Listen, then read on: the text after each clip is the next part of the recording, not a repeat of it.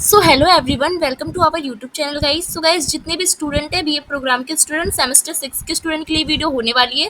तो ये वीडियो होने वाली है सेमेस्टर 6 के स्टूडेंट जितने भी है, जिनके पास भी ये सब्जेक्ट है, जिसने भी हिस्ट्री मेजर मतलब मेजर में हिस्ट्री ले रखा है, हिस्ट्री ऑफ यूरोप 1870 से 1945, तो उनके लिए वीडियो होने वाली है। तो आज हम इस वीडियो में क्या करने जा रहे हैं, इंपॉर्टेंट क्वेश्चन विद आंसर। ठीक है, अगर आपने अभी तक कुछ भी नहीं पढ़ा, बुक खोल के नहीं देखा, आपने सिलेबस भी नहीं देखा, तो आप ओनली वीडियो देख लेते हो तो आपके बहुत अच्छे एग्जाम में स्कोर आ जाएंगे, क्योंकि इस वीडियो में आपको पूरा सिलेबस कंप्लीट है। मतलब पूरे सिलेबस में आपके जितने भी यूनिट्स है, उस सबसे जो भी इंपॉर्टेंट क्वेश्चन बनते हैं वो सब है। इससे बाहर आपके एग्जाम में गारंटी देती हूँ कि कुछ भी नहीं आएगा, क्योंकि अभी तक मैंने जितने भी करवाए हैं अदर सब्जेक्ट के इंपॉर्टेंट क्वेश्चन वही एग्जाम में आए हैं, और इसकी भी मैं गारंटी देती हूँ कि इसके अलावा एग्जाम में कुछ आने वाला ही नहीं है अलग से। ठीक है ना, तो वीडियो को पूरा देखना है आपको। ठीक है ना, और इससे पहले आप क्या है, ऑल यूनिट्स भी पढ़िएगा। ठीक है ना, मेरे प्लेलिस्ट में जाइएगा, हिस्ट्री ऑफ यूरोप 1870 से 1945 के चैनल पे, उसमें आपको ऑल यूनिट्स मिल जाएंगे। ठीक है ना, तो आपको ऑल यूनिट्स भी देखना है और इंपॉर्टेंट क्वेश्चन भी देखना है। वैसे सिर्फ इंपॉर्टेंट क्वेश्चन देख लोगे फिर भी चलेगा,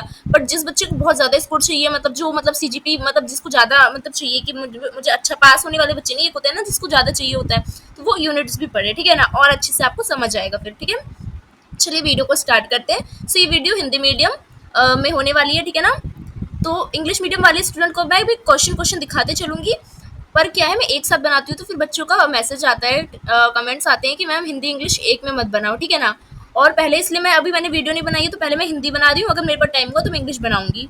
ठीक है ना, तो चलिए वीडियो को स्टार्ट करते हैं। सो वीडियो को स्टार्ट करने से पहले अगर आप हमारे चैनल पर नया आए हो, फर्स्ट टाइम आए हो, तो प्लीज़ चैनल को सब्सक्राइब कर दीजिए और बेल आइकन को ऑन कर दीजिए, जिससे सारी नोटिफिकेशन, सारी वीडियो टाइम टू टाइम आपके पास पहुंच जाए। डिस्क्रिप्शन में आपको हमारे टेलीग्राम का लिंक मिलेगा। ये पीडीएफ आप हिंदी मीडियम और इंग्लिश मीडियम दोनों में आपको यही सेम पीडीएफ आपको मिल जाएगी। ओनली 50 रुपीज़ में आप ये पीडीएफ टेलीग्राम से ले सकते हो। ठीक है, साथ ही आप मुझे मेरे इंस्टाग्राम पे फॉलो कर सकते हो। मेरी इंस्टाग्राम आईडी आपको दिख रही है, रोमा जसवाल 8750। ठीक है ना, आप फॉलो जरूर कीजिएगा, क्योंकि मैं इतनी मेहनत करती हूँ, इतना तो आप कर सकते हो। चलिए हम वीडियो को स्टार्ट करते हैं। ठीक है ना, सो वीडियो स्टार्ट करते हैं। देखिए ये इंग्लिश मीडियम पीडीएफ है। ठीक है, एंड ये हिंदी मीडियम पीडीएफ है। ठीक है, ओके, तो चलिए स्टार्ट करते हैं। देखिए स्टार्ट करने से पहले मैं एक बार आपको सिलेबस दिखा देती हूँ आपका। ठीक है, तो देखिए सिलेबस है आपका हिस्ट्री ऑफ यूरोप का। ठीक है, तो ये देख लीजिए आपके कितने यूनिट है। आपका फर्स्ट यूनिट है ना, the European economic in the late 19th century. ठीक है, इसमें आपके दो टॉपिक्स हैं। ठीक है, आपका सेकंड यूनिट है यूरोपियन पॉलिटिक्स 8070 से 1980 तक का, जिसमें आपको रशियन एम्पायर के बारे में पढ़ना है, रशियन की जितनी भी रेवोल्यूशन है 1905 की, 1917 की। सेकंड टॉपिक में आपको ईस्टर्न क्वेश्चन, बालकन, आपको जो राष्ट्रवाद है वो पढ़ना है। ठीक है, अफ्रीकन कॉलोनियल्स के बारे में पढ़ना है। ठीक है, थर्ड में आपको फर्स्ट वर्ल्ड वॉर के बारे में पढ़ना है, प्रथम विश्व युद्ध के बारे में। वही थर्ड यूनिट में आप आते हो तो आपका जो थर्ड यूनिट है वो है Europe between the world war, यानी इसमें आप पोस्ट वॉर पीस सेटलमेंट के बारे में पढ़ोगे। ट्रीटीज, लीग ऑफ नेशनल कैसे हुआ, मतलब जो फर्स्ट वर्ल्ड खत्म हुआ इसके बाद लीग ऑफ नेशनल बैठाए गए, ट्रीटीज हुई, जो देश हारे उन देशों के साथ। ठीक है ना, तो इन सब के बारे में आपको बताना है कि उस समय ग्रेट डिप्रेशन जो 1929 का है, ये भी आपका इंपॉर्टेंट है। ठीक है, ग्रोथ, आप इटली इटली में मतलब इटली में फासिज्म और नाजिज्म, जर्मनी में, ये आपको पढ़ना है। स्पेनिश का सिविल वॉर, ये आपका यूनिट थर्ड में है। लास्ट आपका यूनिट है, ठीक है ना, वो उसमें आपको वर्ल्ड वॉर सेकंड के बारे में पढ़ना है। ठीक है ना, तो वर्ल्ड वॉर सेकंड खत्म होने के बाद जो यूनिट की जो गठन होती है और कोल्ड वॉर, वो भी आपको पढ़ना है। ठीक है, तो आपके 4 ही यूनिट है बस। ठीक है, तो घबराना नहीं है, मैं इसमें आपको सारा कंप्लीट करा दूंगी, और मैंने यूनिट भी ऑलरेडी कर चुकी है। चलिए हम देखते हैं इंपॉर्टेंट क्वेश्चन। ठीक है, तो हमारा पहला क्वेश्चन बनता है कि द्वितीय औद्योगिक क्रांति यानी सेकंड इंडस्ट्रियल रेवोल्यूशन की विशेषताएं बताइए और इसकी यूरोपीय समाज व अर्थव्यवस्था पर प्रभाव की विवेचना कीजिए। ठीक है, तो discuss the characteristics of the second industrial revolution and its effect on Europe society and economic। ठीक है, तो कैरेक्टरिस्टिक्स जितने भी थे सेकेंड वर्ल्ड वॉर के। ठीक है, तो चलिए स्टार्ट करते हैं। कोई भी आंसर को हमें स्टार्ट करना है इंट्रोडक्शन से। ठीक है ना, सो इंट्रोडक्शन में क्या लिखोगे आप सबसे पहले कि सेकंड जो हमारा जो दूसरा औद्योगिक क्रांति था वो क्या था। ठीक है, तो दूसरा औद्योगिक क्रांति यानी द्वितीय औद्योगिक क्रांति को हम टेक्नोलॉजिकल रेवोल्यूशन भी कहते हैं, क्योंकि इस समय बहुत ज़्यादा टेक्नोलॉजिकल यानी जितने भी टेक्नोलॉजिकल चीज़ें हैं उसका आविष्कार हुआ था। ठीक है, तो ये कब हुआ था, ये लगभग 1870 से 1914 तक हुआ था। मतलब 1870 आपका सिलेबस है ना स्टार्ट, 1870 से कब तक हुआ था, जब तक फर्स्ट वर्ल्ड वॉर स्टार्ट नहीं हुआ था, मतलब फर्स्ट वर्ल्ड स्टार्ट 1914 में हुआ था क्योंकि, तो तब तक चला था, ठीक है। तो ये क्रांति ने क्या करा, पहली बार औद्योगिक क्रांति से काफी भिन्न थी ये। जो फर्स्ट हम पढ़ते हैं ना, देखो हम पढ़ रहे हैं द्वितीय औद्योगिक क्रांति, इसका मतलब क्या है, मतलब पहले बार भी हो रखा होगा तभी तो दूसरा हम इसे कह रहे हैं। तो जो पहली वाली औद्योगिक क्रांति हुई थी उससे बिल्कुल अलग थी ये सेकंड वाली, ठीक है ना। क्यों? क्योंकि इसमें नई ऊर्जा, नई तकनीक, नई उत्पादन और नई विधियों का उपयोग करा गया था। जो फर्स्ट वर्ल्ड वॉर में जो हमारा पहला जो औद्योगिक क्रांति थी वो उसमें अलग था और इसमें अलग है, ठीक है। तो ये मुख्यतः कहाँ कहाँ स्टार्ट हुआ था द्वितीय औद्योगिक क्रांति, तो ब्रिटेन, जनवरी, फ्रांस, अमेरिका, जापान, इन सब देशों में ज्यादा फैला था और पूरी दुनिया पे भी इसका प्रभाव पर पड़ा था, ठीक है। तो इंट्रोडक्शन आप जान गए, ठीक है। तो चलिए जानते हैं कि द्वितीय औद्योगिक क्रांति की क्या विशेषताएं थी, फीचर्स क्या क्या थी, ठीक है। तो उसको जानते हैं। तो पहला विशेषता थी द्वितीय औद्योगिक क्रांति की, इसमें नई ऊर्जा और नए स्रोतों का उपयोग किया गया था, मतलब नई नई ऊर्जाओं का और नए नए जो सोर्सेज थे उसका उपयोग किया गया था द्वितीय औद्योगिक क्रांति में। तभी तो हम किसको कहते हैं कि पहले वाले से अलग था। तो पहली जो क्रांति थी, यानी पहली जो औद्योगिक क्रांति थी ना, पहली वाली, तो उसमें क्या हुआ था, उसमें कोयले और भाप का उपयोग होता था ज्यादा, मतलब मशीनें जो हैं, चाहे जितनी भी फैक्ट्रियां हैं, वो भाप इंजन से चलती थी और कोयले से चलती थी, ठीक है ना। लेकिन जब दूसरी क्रांति आई, यानी जब दूसरी बार औद्योगिक क्रांति आई जिसे हम पढ़ रहे हैं, तो इसमें अब बिजली और पेट्रोलियम और गैस नई ऊर्जा का स्रोत आ गए थे। मतलब फर्स्ट वाले में हम कोयले से देखते हैं और भाप इंजन से देखते हैं कि गाड़ी, मशीनें ये सब चलती हैं, ठीक है। पर जब हम दूसरी औद्योगिक क्रांति पढ़ते हैं तो इसमें कोयले से नहीं, इसमें यहाँ तक में बिजली बन चुकी होती है। तो यहाँ पे बिजली से, पेट्रोलियम और नई नई तरह की जो गैसेस होती है, प्राकृतिक गैस, इसका उपयोग होने लगा था, ठीक है ना। तो थॉमस एडिसन ने क्या करा था, बल्ब का आविष्कार कर दिया था। कब? द्वितीय औद्योगिक क्रांति में। अब यहाँ पे क्या है, बल्ब का आविष्कार हो गया था। निकोला टेस्ला ने एसी करंट का विकास कर दिया था। अब बल्ब का विकास हो गया, करंट का विकास हो गया, ठीक है। तो क्या है, अब जो विद्युत यहाँ पे संभव हो गया था, मतलब बिजली लोगों के पास आ गई थी अब, ठीक है। तो इससे क्या हुआ, बिजली ने कारखानों, घरों और सड़कों को रोशनी कर दिया और 24 घंटे तक ये लोग चालू रहने लगे। पहले बिजली नहीं थी तो क्या होता था, काम जो होता था वो दिन दिन तक होता था। जब सूरज ढल जाता था तो फिर क्या हो जाता था, फैक्ट्रियां बंद हो जाती थी, सड़कें बंद हो जाती थी। पर जब थॉमस एडिसन ने बल्ब का आविष्कार करा, निकोला टेस्ला ने एसी करंट का आविष्कार करा, तो फिर क्या हुआ, करंट और बल्ब मिलके फिर रोशनी बन गए। सड़कों पे अब रोशनी होने लगी, घरों में रोशनी होने लगी, फैक्ट्रियां में रोशनी होने लगी, मशीनें रात से दिन तक चलने लगी, ठीक है ना। तो रोशनी होने से क्या हुआ, अब काम पूरे 24 घंटे चलने लगा, ठीक है ना। तो ये पहली विशेषता थी दूसरी औद्योगिक क्रांति की। दूसरी औद्योगिक क्रांति की, जो द्वितीय औद्योगिक क्रांति थी, उसकी दूसरी क्या विशेषता थी कि इसमें नई नई तकनीकी और मशीनों का आविष्कार हुआ था। क्या क्या हुआ था, तो मशीनें अब स्वचालित, ऑटोमेटिक होने लगी थी। मीन्स पहले हम फर्स्ट वाले जो हम औद्योगिक क्रांति में पढ़ते हैं तो मशीनें कैसी थी, मशीनें मजदूरों द्वारा चलाई जाती थी। पर सेकंड वाले औद्योगिक क्रांति तक आते आते क्या हुई, अब और ज्यादा मशीनों में क्या हो गया था, तकनीकी चीजें जोड़ दी गई थी, है ना। अब मशीन ऑटोमेटिक हो गई थी। आपने कभी कपड़े की फैक्ट्री देखी होगी, आपने फोन बनने की फैक्ट्री अभी कभी यूट्यूब वगैरह पर डाल के देखना, फैक्ट्रियां वगैरह, उसमें साबुन की फैक्ट्री देख लेना, ठीक है ना। तो उसमें कोई काम नहीं करना पड़ता, मशीन ऑटोमेटिक बनाती है, काटती है साबुन को, पैकेजिंग भी करती है। तो मतलब सारा काम मशीन करती है, ठीक है ना। तो ये चीज आ गई थी कब तक, द्वितीय औद्योगिक क्रांति तक, ठीक है। जिससे क्या हुआ, श्रम की आवश्यकता कम हो गई, मतलब जो मेहनत है वो कम लगने लगी और मजदूर कम लगने लगे, ठीक है ना। और क्या क्या नई तकनीकें आई थी कि टेलीफोन आ गया था।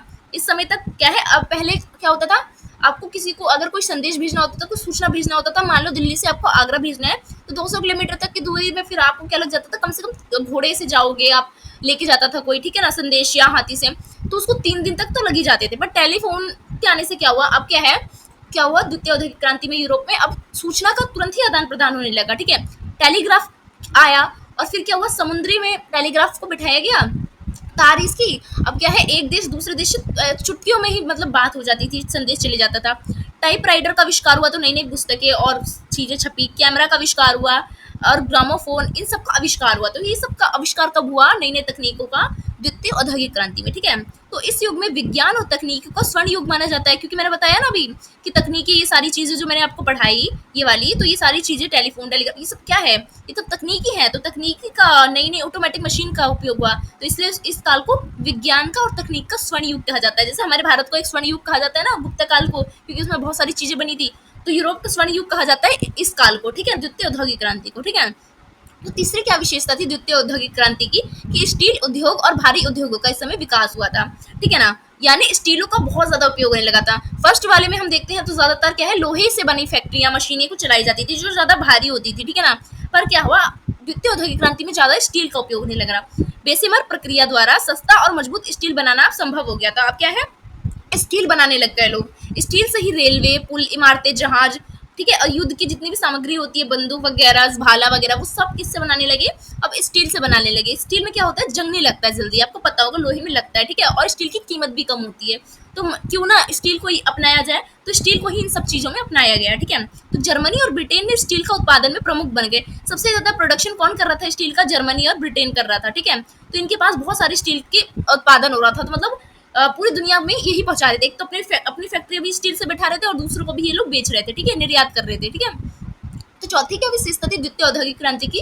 कि रासायनिक और फार्मास्यूटिकल उद्योगों का विकास हुआ था। रासायनिक मतलब समझते हो ना आप, रासायनिक जितने भी रंग, दवाइयाँ जो मतलब होती है ना, केमिकल्स, वो, ठीक है। फार्मास्यूटिकल मतलब क्या होता है? फार्मास्यूटिकल वो होता है जिसमें दवाइयाँ बनती हैं, मीन्स, ठीक है, जिस फैक्ट्रीज में ना, उसको हम फार्मास्यूटिकल कहते हैं, ठीक है। तो रासायनिक उद्योगों में खाद, डाई, क्योंकि खाद, डाई, रंग, ये सब भी तो केमिकल होते हैं ना, तो केमिकल तो रासायनिक में आएगा, तो रासायनिक, दवाइयाँ और प्लास्टिक का उत्पादन होने लगा। प्लास्टिक भी किससे बनता है? केमिकल को दो मिक्स करके तब प्लास्टिक बनाया जाता है, ठीक है ना। तो इन सब का आविष्कार हुआ। चिकित्सा के क्षेत्र में टीके, एंटीसेप्टिक दवाई, ये सब बनने स्टार्ट हो गई। तो एक फार्मास्यूटिकल एक मार्केट भी बन गया। क्यों? क्योंकि अब दवाइयों का बहुत ज्यादा प्रोडक्शन होने लगा, ठीक है ना। तो इस समय आप कहोगे कि रासायनिक और फार्मास्यूटिकल का भी बहुत ज्यादा उद्योगों का विकास हुआ था, मतलब फैक्ट्रियां बैठी और बहुत ज्यादा बिक्री हुई इसकी, ठीक है ना।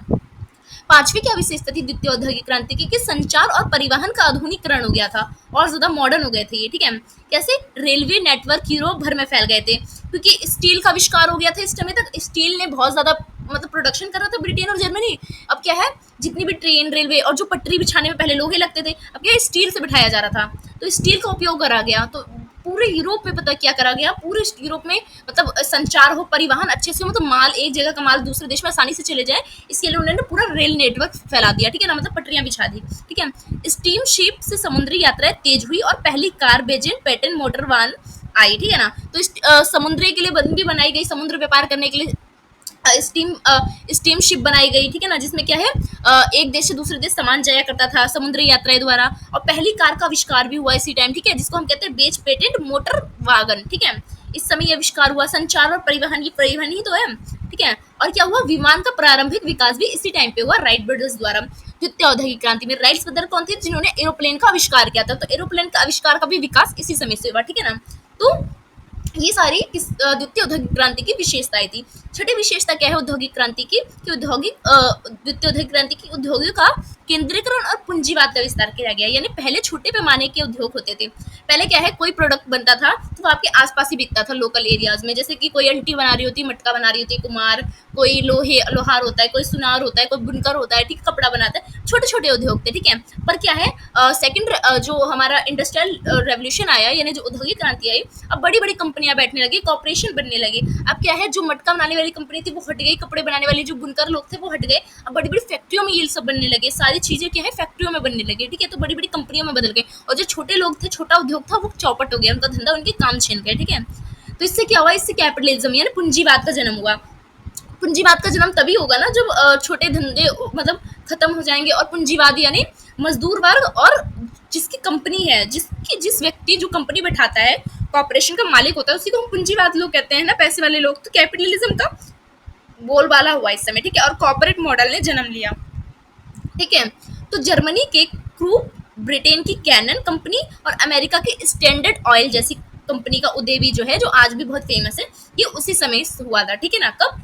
द्वितीय औद्योगिक क्रांति में, ठीक है। तो हमने जान लिया द्वितीय औद्योगिक क्रांति की क्या क्या विशेषताएं थी, जो आपको एग्जाम में लिखना है इस क्वेश्चन में, ठीक है, जब भी आपसे द्वितीय औद्योगिक क्रांति पूछे। तो अब हम जान रहे हैं कि द्वितीय औद्योगिक क्रांति में समाज पे क्या प्रभाव डाला, किसके समाज पे? यूरोप के समाज पे भी क्या क्या प्रभाव डाला, और पूरे दुनिया पे भी क्या प्रभाव डाला, ठीक है ना। तो क्या हुआ, यूरोप के प्रभाव में क्या हुआ, तो यूरोप में तेजी से शहरीकरण होने लगा। देखिए, जब फैक्ट्रीज बैठेंगी, ठीक है, क्रांति होगी, औद्योगिक क्रांति, तो औद्योगिक यानी तो मतलब धंधा ही होता है, तो फिर क्या होगा, तेजी से शहरीकरण तो होगा। तो गांव से लोग क्या है, शहरों की ओर रोजगार की तलाश में आने लगे। क्यों? क्योंकि शहर बसने लग गए थे, शहर में फैक्ट्रियां बैठ रही थी। अब लोग क्या है, गांव से पलायन कर रहे थे, अर्बनाइजेशन, और फिर क्या हुआ, शहरीकरण हुआ लोगों का, और लोग शहरों में बसने लगे और यहाँ पे काम करने लगे मजदूर के तौर पे कंपनियों में, ठीक है। तो शहरों में फैक्ट्रियां, रेलवे स्टेशन, श्रमिक बस्तियां बसने लगी। फैक्ट्रियां बसने लगी शहरों में क्योंकि लोग काम करते थे, यहाँ पे फैक्ट्रियां बैठी थी। रेलवे स्टेशन बैठने लगा, क्यों? क्योंकि यहाँ फैक्ट्री में जो माल बनता है वो दूसरी जगह जाएगा तो रेल से ही तो जाएगा ना वो माल, या परिवहन से जाएगा। श्रमिक बस्ती कैसे बसने लगी? अब जो लोग गांव से आ रहे हैं शहर में, अब उनके पास तो भाई वो इतने अमीर तो नहीं है ना कि अपनी बिल्डिंग खड़ी कर ले, तो उनके लिए एक बस्ती होती थी जहाँ पे सारे मजदूर लोग रहते थे, जैसे कि होता है ना सस्ते रूम, जैसे धारावाही देख लो आप, तो आपने झुग्गियां देखी है, तो झुग्गियां बसने लगी थी, उस झुग्गियों में वो रहते थे और कंपनियों में काम करने जाते थे, ठीक है ना। तो लंदन, बर्लिन, पेरिस जैसे शहरों में, औद्योगिक नगरों में परिवर्तन क्या होने लगे थे, मतलब लंदन, बर्लिन, पेरिस ये सब शहर में बदलने लगे थे और यहाँ पे बस्तियां बसने लगी थी, रेलवे स्टेशन, फैक्ट्रियां बहुत ज्यादा बैठने लगी थी, ठीक है। तो दूसरा क्या प्रभाव पड़ा यूरोप के समाज पे द्वितीय औद्योगिक क्रांति का, कि नया सामाजिक वर्ग का उदय हुआ, यानी श्रमिक वर्ग का उदय हुआ। अब जब कोई फैक्ट्रियां बैठेंगी तो उसमें काम करने वाले ऑब्वियसली मजदूरी काम करेंगे। अब जब मजदूर काम करेंगे तो मजदूर वर्ग का उदय तो होगा, मतलब एक मजदूर काम कर रहा है तो मजदूर, बहुत ज्यादा मजदूर फैक्ट्री में काम कर रहे हैं तो बहुत ज्यादा मजदूरों की संख्या बढ़ जाएगी ना, तो वही कह रहे हैं कि मजदूर का उदय हुआ, ठीक है। तो एक बड़ा मजदूर वर्ग, वर्किंग क्लास बना जो कारखानों में काम करता था, क्योंकि फैक्ट्रियां बैठेंगी उसमें काम करने के लिए लोग चाहिए ही, जब लोग आएंगे तो उसको ही हम कहेंगे मजदूर, तो मजदूर वर्ग का उदय हुआ। उनसे क्या हुआ, उनके जीवन की स्थिति कठिन थी, मतलब जो मजदूर थे उनका उदय तो वहां पर, उनकी जीवन की क्यों कठिन थी, उनसे बहुत ज्यादा काम कराया जाता था, लंबे लंबे घंटे, ठीक है, दिन से रात तक काम कराया जाता था, और जितना उनसे फैक्ट्री में काम कराया जाता था उतना वेतन भी नहीं दिया जाता था उन्हें, ठीक है ना, कम पैसे दिए जाते थे, और खराब स्वास्थ्य, ना तो उनको कोई मेडिकल फैसिलिटी दी जाती थी, ना तो उनको कोई पीएफ वगैरह या कुछ सुविधाएं दी जाती थी, और वो जहाँ पे रहते थे वहां पे भी जैसे उनकी बस्तियां वगैरह होती थी वो भी बहुत गंदी इलाके वाली होती थी, ठीक है। तो क्या होता था, इनकी दयनीय स्थिति थी, ठीक है। बाद में जाके वो जब पूंजीवाद के विरोध में जब आए, तो फिर क्या हुआ, बाद में ऐसा हुआ ना कि मतलब इन सब के लिए कानून बना कि काम सिर्फ 8 घंटे कराया जाएगा, उससे ज्यादा घंटे करोगे तो ओवर टाइम वगैरह से पैसे मिलेंगे, ठीक है ना, कम। तो ये सब तो बाद में हुआ ना, इस ये औद्योगिक क्रांति के बाद, तो ये औद्योगिक क्रांति के बाद है, यहाँ तक तो स्थिति बहुत खराब थी, ठीक है, किसकी, मजदूर वर्ग की। इससे ट्रेड यूनियन, सोशलिज्म और लेबर आंदोलन का उदय हुआ, क्योंकि जब खराब काम कराओगे लोगों का स्वास्थ्य खराब होगा और लोगों की संख्या जब बड़ी होगी, यानी श्रमिक वर्ग का उदय होगा और उनके साथ इतना भेदभाव होगा, तो उनका एक यूनियन तो बनेगा ना, तो उनका एक संघ बन गया जिसे हम ट्रेड यूनियन कहते हैं। सोशलिज्म आया, ठीक है, जो कि किसकी बात करता था, मजदूर वर्ग के हक की बात करता था कि इसको ज्यादा वेतन दिया जाए, उसके स्वास्थ्य का ध्यान दिया जाए।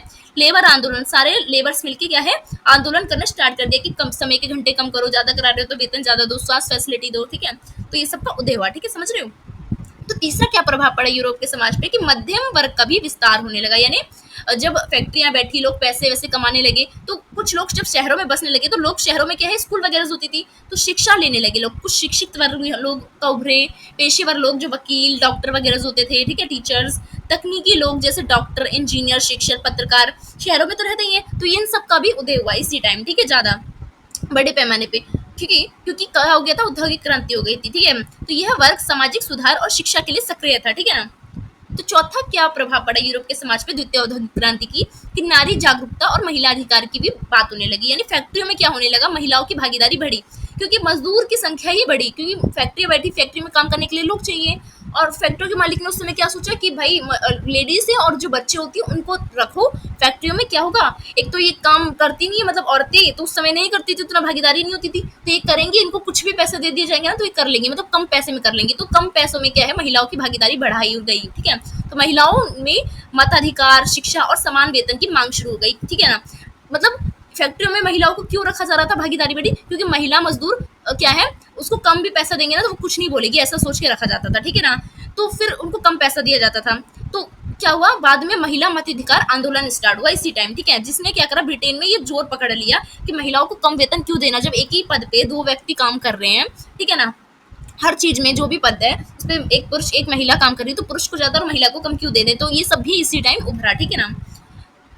तो पांचवा क्या प्रभाव पड़ा यूरोप के समाज पे द्वितीय औद्योगिक क्रांति का, कि शिक्षा और विज्ञान का भी इस समय बहुत ज्यादा प्रचार हुआ, यानी तकनीकी और वैज्ञानिक शिक्षा को बढ़ावा मिला इससे, ठीक है ना, क्योंकि तकनीकी का आविष्कार बहुत ज्यादा, मैंने बताया ना ऊपर की टेलीग्राफ, टेलीफोन, इतनी सारी मशीन, ऑटोमेटिक, विज्ञान में रसायन, फार्मास्यूटिकल कंपनी, इन सबका विकास हो रहा था, तो ये सब विकास हो रहा था। तो एक बात बताओ, तकनीकी की चीज बनाता कौन है, इंजीनियर बनाते हैं, तो समझ रहे हो ना, शिक्षा जब शिक्षा ग्रहण कर रहे होंगे तभी ना लोग ये सब बना रहे होंगे, अनपढ़ लोग थोड़ी ना बना लेंगे, वैज्ञानिक शिक्षा ले रहे होंगे तभी ना रसायन, दवाइयां बना रहे होंगे, तो कॉमन सेंस की बात है, ठीक है। तो स्कूल और विश्वविद्यालयों में विज्ञान को अधिक महत्व दिया गया, जब विज्ञान को अधिक महत्व दिया जा रहा था तभी ना भाई इंजीनियर लोग उभर रहे थे, और जो ये तकनीकी चीज बना रहे थे और वैज्ञानिक लोग भर रहे थे जो दवाइयाँ फार्मास्यूटिकल ये सब चीजें बना रहे थे, भाई ये सब तो अच्छे इंजीनियर डॉक्टर का ही तो काम है ना, मतलब बनाना। तो समाज में अधिक तार्किक लोग आने लगे। जब लोग पढ़े लिखे होंगे तो ऑब्वियसली बात है वो तर्क करेंगे, ठीक है ना, तो तार्किक को ज्यादा मानेंगे धर्म से ज्यादा, ठीक है। तो वैज्ञानिक दृष्टिकोण को अपनाने की बात करेंगे, ठीक है ना, जो पढ़ा लिखा होगा वो तो मानेगा ही, ठीक है।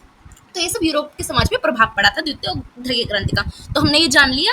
अब हम जानते हैं यूरोप की अर्थव्यवस्था पे क्या प्रभाव पड़ा। अभी तो हम समाज पे प्रभाव पड़ रहे थे, अब हम जानेंगे द्वितीय औद्योगिक क्रांति का यूरोप की अर्थव्यवस्था पे क्या प्रभाव पड़ा। तो यूरोप की अर्थव्यवस्था पे क्या प्रभाव पड़ा कि उत्पादन में वृद्धि होने लगी और उद्योगों का विकास होने लगा, क्योंकि फैक्ट्रियां बैठने लगी, उत्पादन की मात्रा बढ़ने लगी, अब प्रोडक्शन जाना होने लगा, क्योंकि कंपनियां ज्यादा बैठने लगी, मजदूर ज्यादा है तो प्रोडक्शन तो ज्यादा हो गई, गति कई गुना वृद्धि हो गई। जो कंपनियां पहले मान लो 1,000 प्रोडक्ट बनाती होगी एक दिन में, अब वो सीधा 10,000 बनाने लगी प्रोडक्ट, ठीक है।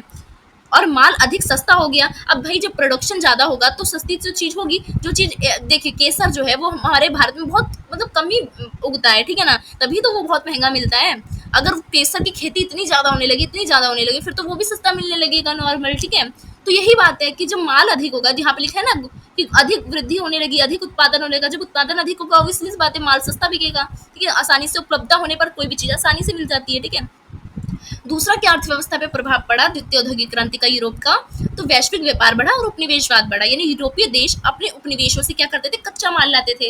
यानी जैसे कि एग्जांपल दूं तो भारत भी इस समय उपनिवेश था ब्रिटेन का, तो ब्रिटेन क्या करता था, भारत से कच्चा माल लाता था ना, और तैयार माल वापस भारत में ही भेज देता था, ठीक है। तो यही चीज हो रहा था, जो भी उसके उपनिवेश थे यानी जो उसके गुलाम थे, ये जो जितने भी यूरोप की कंट्रीज ही तो गुलाम बना रही थी उस टाइम 19वीं सेंचुरी में।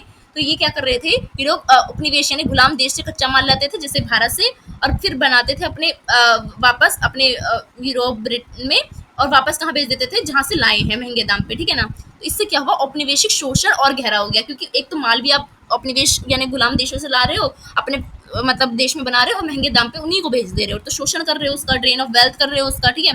तो विश्व व्यापार का विस्तार हुआ इससे, जहाँ हम वैश्वीकरण ग्लोबलाइजेशन कहते हैं, ठीक है। तो इससे क्या हुआ, ज्यादा प्रोडक्शन हुई, ज्यादा फैक्ट्री बैठी, ठीक है, तो इससे लोग वैश्वीकरण होने लगा, ग्लोबलाइजेशन, अब एक देश का माल दूसरे देश में मिलने लगा, हर चीज होने लगा, ठीक है ना। और क्या प्रभाव पड़ा यूरोप के समाज पे द्वितीय औद्योगिक क्रांति का, कि बैंकिंग और वित्तीय प्रणाली का भी विकास हुआ। अब क्या है, जब ज्यादा प्रोडक्शन होगा, ज्यादा पैसे आएंगे, ज्यादा व्यापार होगा, तो ऑब्वियसली सी बात है इसको देखने के लिए कोई ना कोई बैंक तो चाहिए जहाँ पैसे रखे, ठीक है। तो बैंकों का बहुत ज्यादा विकास हुआ, बनने लगे। बीमा कंपनी, अब जो फैक्ट्रियां हैं जैसे कि ब्रिटेन अपना माल भारत में लाती थी, चीन में लाती थी, तो वही समुद्र व्यापार से लाती थी, कंपनियां रहती थी। तो कंपनी आपको पता है ना इंश्योरेंस लेके रखती है, तो इंश्योरेंस क्यों लेके रखती है कि कभी दुर्घटना हो गई तो वो इंश्योरेंस कंपनी उनको पैसे देगी, ठीक है। तो बीमा कंपनियों का उदय हुआ, इससे उनका भी फायदा हुआ। बीमा कंपनी सोचती थी कि हमें पैसे देंगे, भाई नुकसान तो कभी कभी होता है, बीमा कंपनी तो ऐसे कमाती है। तो शेयर बाजार इन सब का भी विकास हुआ, ठीक है। तो ये जो अर्थव्यवस्था में प्रभाव पड़ा, तो यूरोप में आधुनिक पूंजीवाद की नींव पड़ी, यानी आधुनिक पूंजीवाद यानी अब क्या है, दो वर्ग बटने लगे यूरोप में, ठीक है ना, मतलब एक अमीर वर्ग एक गरीब वर्ग, ठीक है। तो क्या हुआ, चौथा प्रभाव कि आर्थिक समानता असमानता बढ़ने लगी, अमीर और अमीर बनने लगे और गरीब के बीच खाई बढ़ गई। क्यों, क्योंकि एक शहर में जो मैंने बताया था ना, आपको फैक्ट्रियां तो बैठी हैं तो पूंजीपति वर्ग की ही फैक्ट्रियां हैं, और मैंने बताया ना ये जो मजदूर काम करते थे उनके लिए एक साइड में बस्ती बसाई जाती थी, तो अमीर और गरीब के बीच खाई बन गई, ठीक है। बड़े उद्योगपति अधिक धनी हो गए और श्रमिक क्या हो गए, शोषित हो गए, इनसे ज्यादा काम कराया जाता था, ज्यादा घंटे पैसे कम दिए जाते थे। इनको तो लाभ हो रहा था क्योंकि इनकी फैक्ट्रियां बैठ रही थी, ज्यादा उत्पादन हो रहा था, और नुकसान किसका हो रहा था, श्रमिकों का हो रहा था, ठीक है। तो सैन्यकरण और युद्ध की तैयारी भी हो रही थी इसी समय, ठीक है। तो औद्योगिक उत्पादन से हथियारें बनाई गई, युद्ध सामग्री की उपलब्धता बहुत ज्यादा आसान की गई, इससे देशों के बीच हथियारों की होड़ को जन्म दे दिया और प्रथम विश्व युद्ध का कारण बना। जब प्रोडक्शन ज्यादा हुआ, मैंने बताया ना स्टील का आविष्कार हुआ, तो औद्योगिक क्रांति आई, तो द्वितीय वाली, तो उसमें स्टील से बहुत ज्यादा मतलब लड़ने की चीजें बनाई गई, बंदूक, तोप, आपने देखा है मिसाइल जो होती है, परमाणु बम जो होते हैं, ये सब इसमें स्टील से ही तो बनती है, मतलब जो इसकी बाहर की परत होती है, आप कभी बंदूक वगैरह देखोगे तो इसी की तो होती है, लोहे की थोड़ी ना होती है। तो फिर क्या हुई, इन सब चीज का बहुत ज्यादा प्रोडक्शन हुआ, बनने लगे कंपनियां, बड़ी बड़ी कंपनियां हो गई जो ये युद्ध के सामान बनाती थी। अब एक देश बना रही है तो दूसरा देश भी बनाता था कि हमारी कंपनी आगे रखे। अब इसी कंपनियों के होड़ क्या चलते प्रथम विश्व युद्ध स्टार्ट हो गया, हथियारों की होड़ में, कि हम ज्यादा हथियार बनाया है, हमने ज्यादा हथियार बनाया है। तो यही कारण बना था प्रथम विश्व युद्ध का, ठीक है। तो निष्कर्ष में क्या लिखोगे इस क्वेश्चन के कि द्वितीय औद्योगिक क्रांति क्या थी। तो द्वितीय औद्योगिक क्रांति ने क्या करा था, आधुनिक युग की नींव रखी थी जो आज हम देखते हैं मॉडर्न की, ठीक है। तो यह केवल तकनीकी विकास की नहीं थी, मतलब तकनीकी विकास तो इसमें हुआ था, हमने पढ़ा, पर सिर्फ यही नहीं हुआ था, इस बल्कि क्या हुआ था, समाज, अर्थव्यवस्था और राजनीतिक में गहरा बदलाव आया था इससे। क्यों? ये मैंने बताया ना, समाज पे प्रभाव अभी मैंने पढ़ाया था ना ऊपर, अर्थव्यवस्था पे भी प्रभाव मैंने आपको इस क्वेश्चन में पढ़ाया, राजनीतिक पे प्रभाव क्या पड़ा कि फर्स्ट वर्ल्ड वॉर स्टार्ट हो गया, ठीक है ना। तो इससे क्या हुआ, यूरोपीय देशों को विश्व शक्ति बनने में मदद की, क्योंकि जब भाई इतनी औद्योगिक क्रांति पूरे यूरोप में हो रही है तो ये ऑब्वियसली इनके पास बंदूक हथियार सब हैं, तो होड़ तो इनमें रहेगी, तो ये इनको एक शक्ति बनने में इन्होंने मजबूत प्रदान की, ठीक है, शक्ति प्रदान की। लेकिन इसके साथ साथ श्रमिकों का शोषण हुआ साथ में, ठीक है, सामाजिक असमानताएं फैली, गरीब और अमीर और अमीर होने लगा, साम्राज्यवाद फैला। अब क्या है, लोग एक देश दूसरे देश को गुलाम बनाना चाह रहा था यूरोप के, ठीक है, वो होड़ मच गई थी उनके बीच। तो ये कहना उचित नहीं होगा कि द्वितीय औद्योगिक क्रांति ने आज की दुनिया की सामाजिक आर्थिक संरचना की आधारशिला रखी है। तो गलत तो नहीं है, क्योंकि यही इन्हीं ने आधारशिला रखी है ना, कि मतलब आज जो हम फैक्ट्रियां देखते हैं, वैश्वीकरण देखते हैं, तो ये सारी चीजें क्या सी है, द्वितीय औद्योगिक क्रांति से तो आई है। तो ये क्वेश्चन यहाँ पे होता है आपका खत्म। आई होप आपको ये क्वेश्चन बिल्कुल अच्छे से समझ आया हो, ठीक है ना। तो चलते हैं हम हमारे नेक्स्ट क्वेश्चन पे, तो वीडियो को लाइक जरूर करते चलेगा, ठीक है ना। चलिए देखते हैं हमारा नेक्स्ट क्वेश्चन, ठीक है। तो चलिए हमारा सेकंड क्वेश्चन है कि 1873 की जो आर्थिक मंदी थी उसके क्या कारण थी, और वित्तीय पूंजी के विकास का विश्लेषण कीजिए। यानी 1873 की जो आर्थिक मंदी थी, यानी यूरोप में जो आर्थिक मंदी आई थी 1873 में, उसके क्या कारण थे, और फाइनेंस कैपिटल क्या होता है, कि वित्तीय पूंजी, ये आपको बताना है, ठीक है ना, इस क्वेश्चन में, ठीक है। तो ये भी आपका यूनिट नंबर फर्स्ट से ही आता है, ठीक है ना, जिसको हम कहते हैं द लॉन्ग डिप्रेशन, जो ब्रिटेन में आया था, ठीक है। तो देखते हैं यूरोप में जो 1873 की आर्थिक मंदी जो हो रही थी वो क्या था, उसका क्या कारण था। तो परिचय से स्टार्ट करते हैं, इंट्रोडक्शन से, कि 1873 की जो आर्थिक मंदी थी जिसे दी लॉन्ग डिप्रेशन कहा जाता है, ये दुनिया के इतिहास की सबसे लंबी और गहरी आर्थिक मंदियों में से एक थी। जब भी हम आर्थिक मंदी की बात करते हैं, जिसमें क्या है, जिस देश का जो अर्थव्यवस्था होती है वो बिल्कुल गिर जाती है, महंगाई चरम पे हो जाती है, ठीक है ना, ठीक है, और प्रोडक्शन कम हो जाता है, तो उस परिस्थिति को हम कहते हैं आर्थिक मंदी, जहाँ पे वो देश में महंगाई बढ़ जाती है, खाने के लाले पड़ जाते हैं, ठीक है। तो यह मंदी कब हुई थी, लगभग 1873 से लेके 1896 तक चली थी, ठीक है। और इसका प्रभाव कहाँ पे हुआ था, विशेषकर यूरोप में हुआ था, और अमेरिका की अर्थव्यवस्था, मतलब दो अर्थव्यवस्था, दो कह सकते हो महाद्वीप पे हुआ था, यूरोपीय महाद्वीप और अमेरिका पे, ठीक है। तो इस मंदी ने क्या करा, पारंपरिक औद्योगिक पूंजीवाद को हिला कर रख दिया था।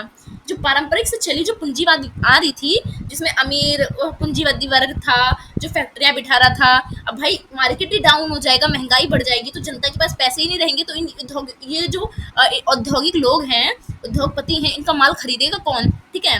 तो उसके स्थान पर एक नया मॉडल उभरा इस समय, जिसको हम कहते हैं वित्तीय पूंजी, फाइनेंस कैपिटल के नाम से जाना जाता है। तो ये परिवर्तन आधुनिक पूंजीवाद के लिए निर्णायक मोड़ साबित हुआ, ठीक है। तो इंट्रोडक्शन आपने जाना। चलिए अब हम आंसर को देखते हैं कि जो हमारा 1873 की आर्थिक जो मंदी थी वो क्यों हुई थी, इसके कारण क्या थे, ठीक है, कॉज ऑफ द 1873 डिप्रेशन, ठीक है।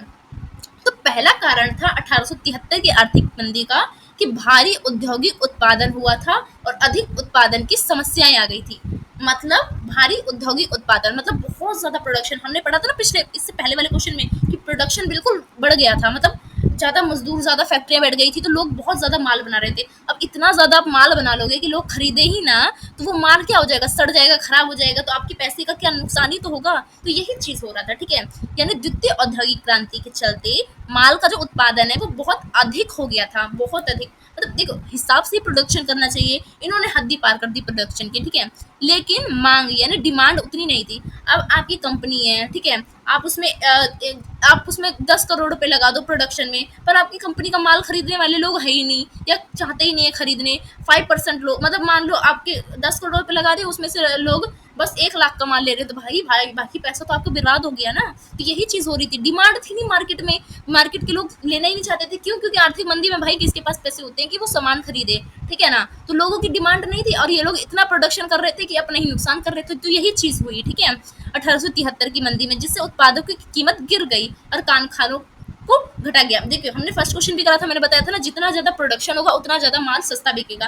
मैंने केसर का एग्जांपल दिया था, केसर क्यों महंगा मिलता है, क्योंकि केसर ज्यादा नहीं उगता है, उसका प्रोडक्शन ज्यादा नहीं है। अब जो चीज ज्यादा बनेगी भाई, जो आपके सामने जो चीज फेंकी हुई रहेगी इतनी सारी, तो वो चीज ऑब्वियसली सस्ती में मिलेगी।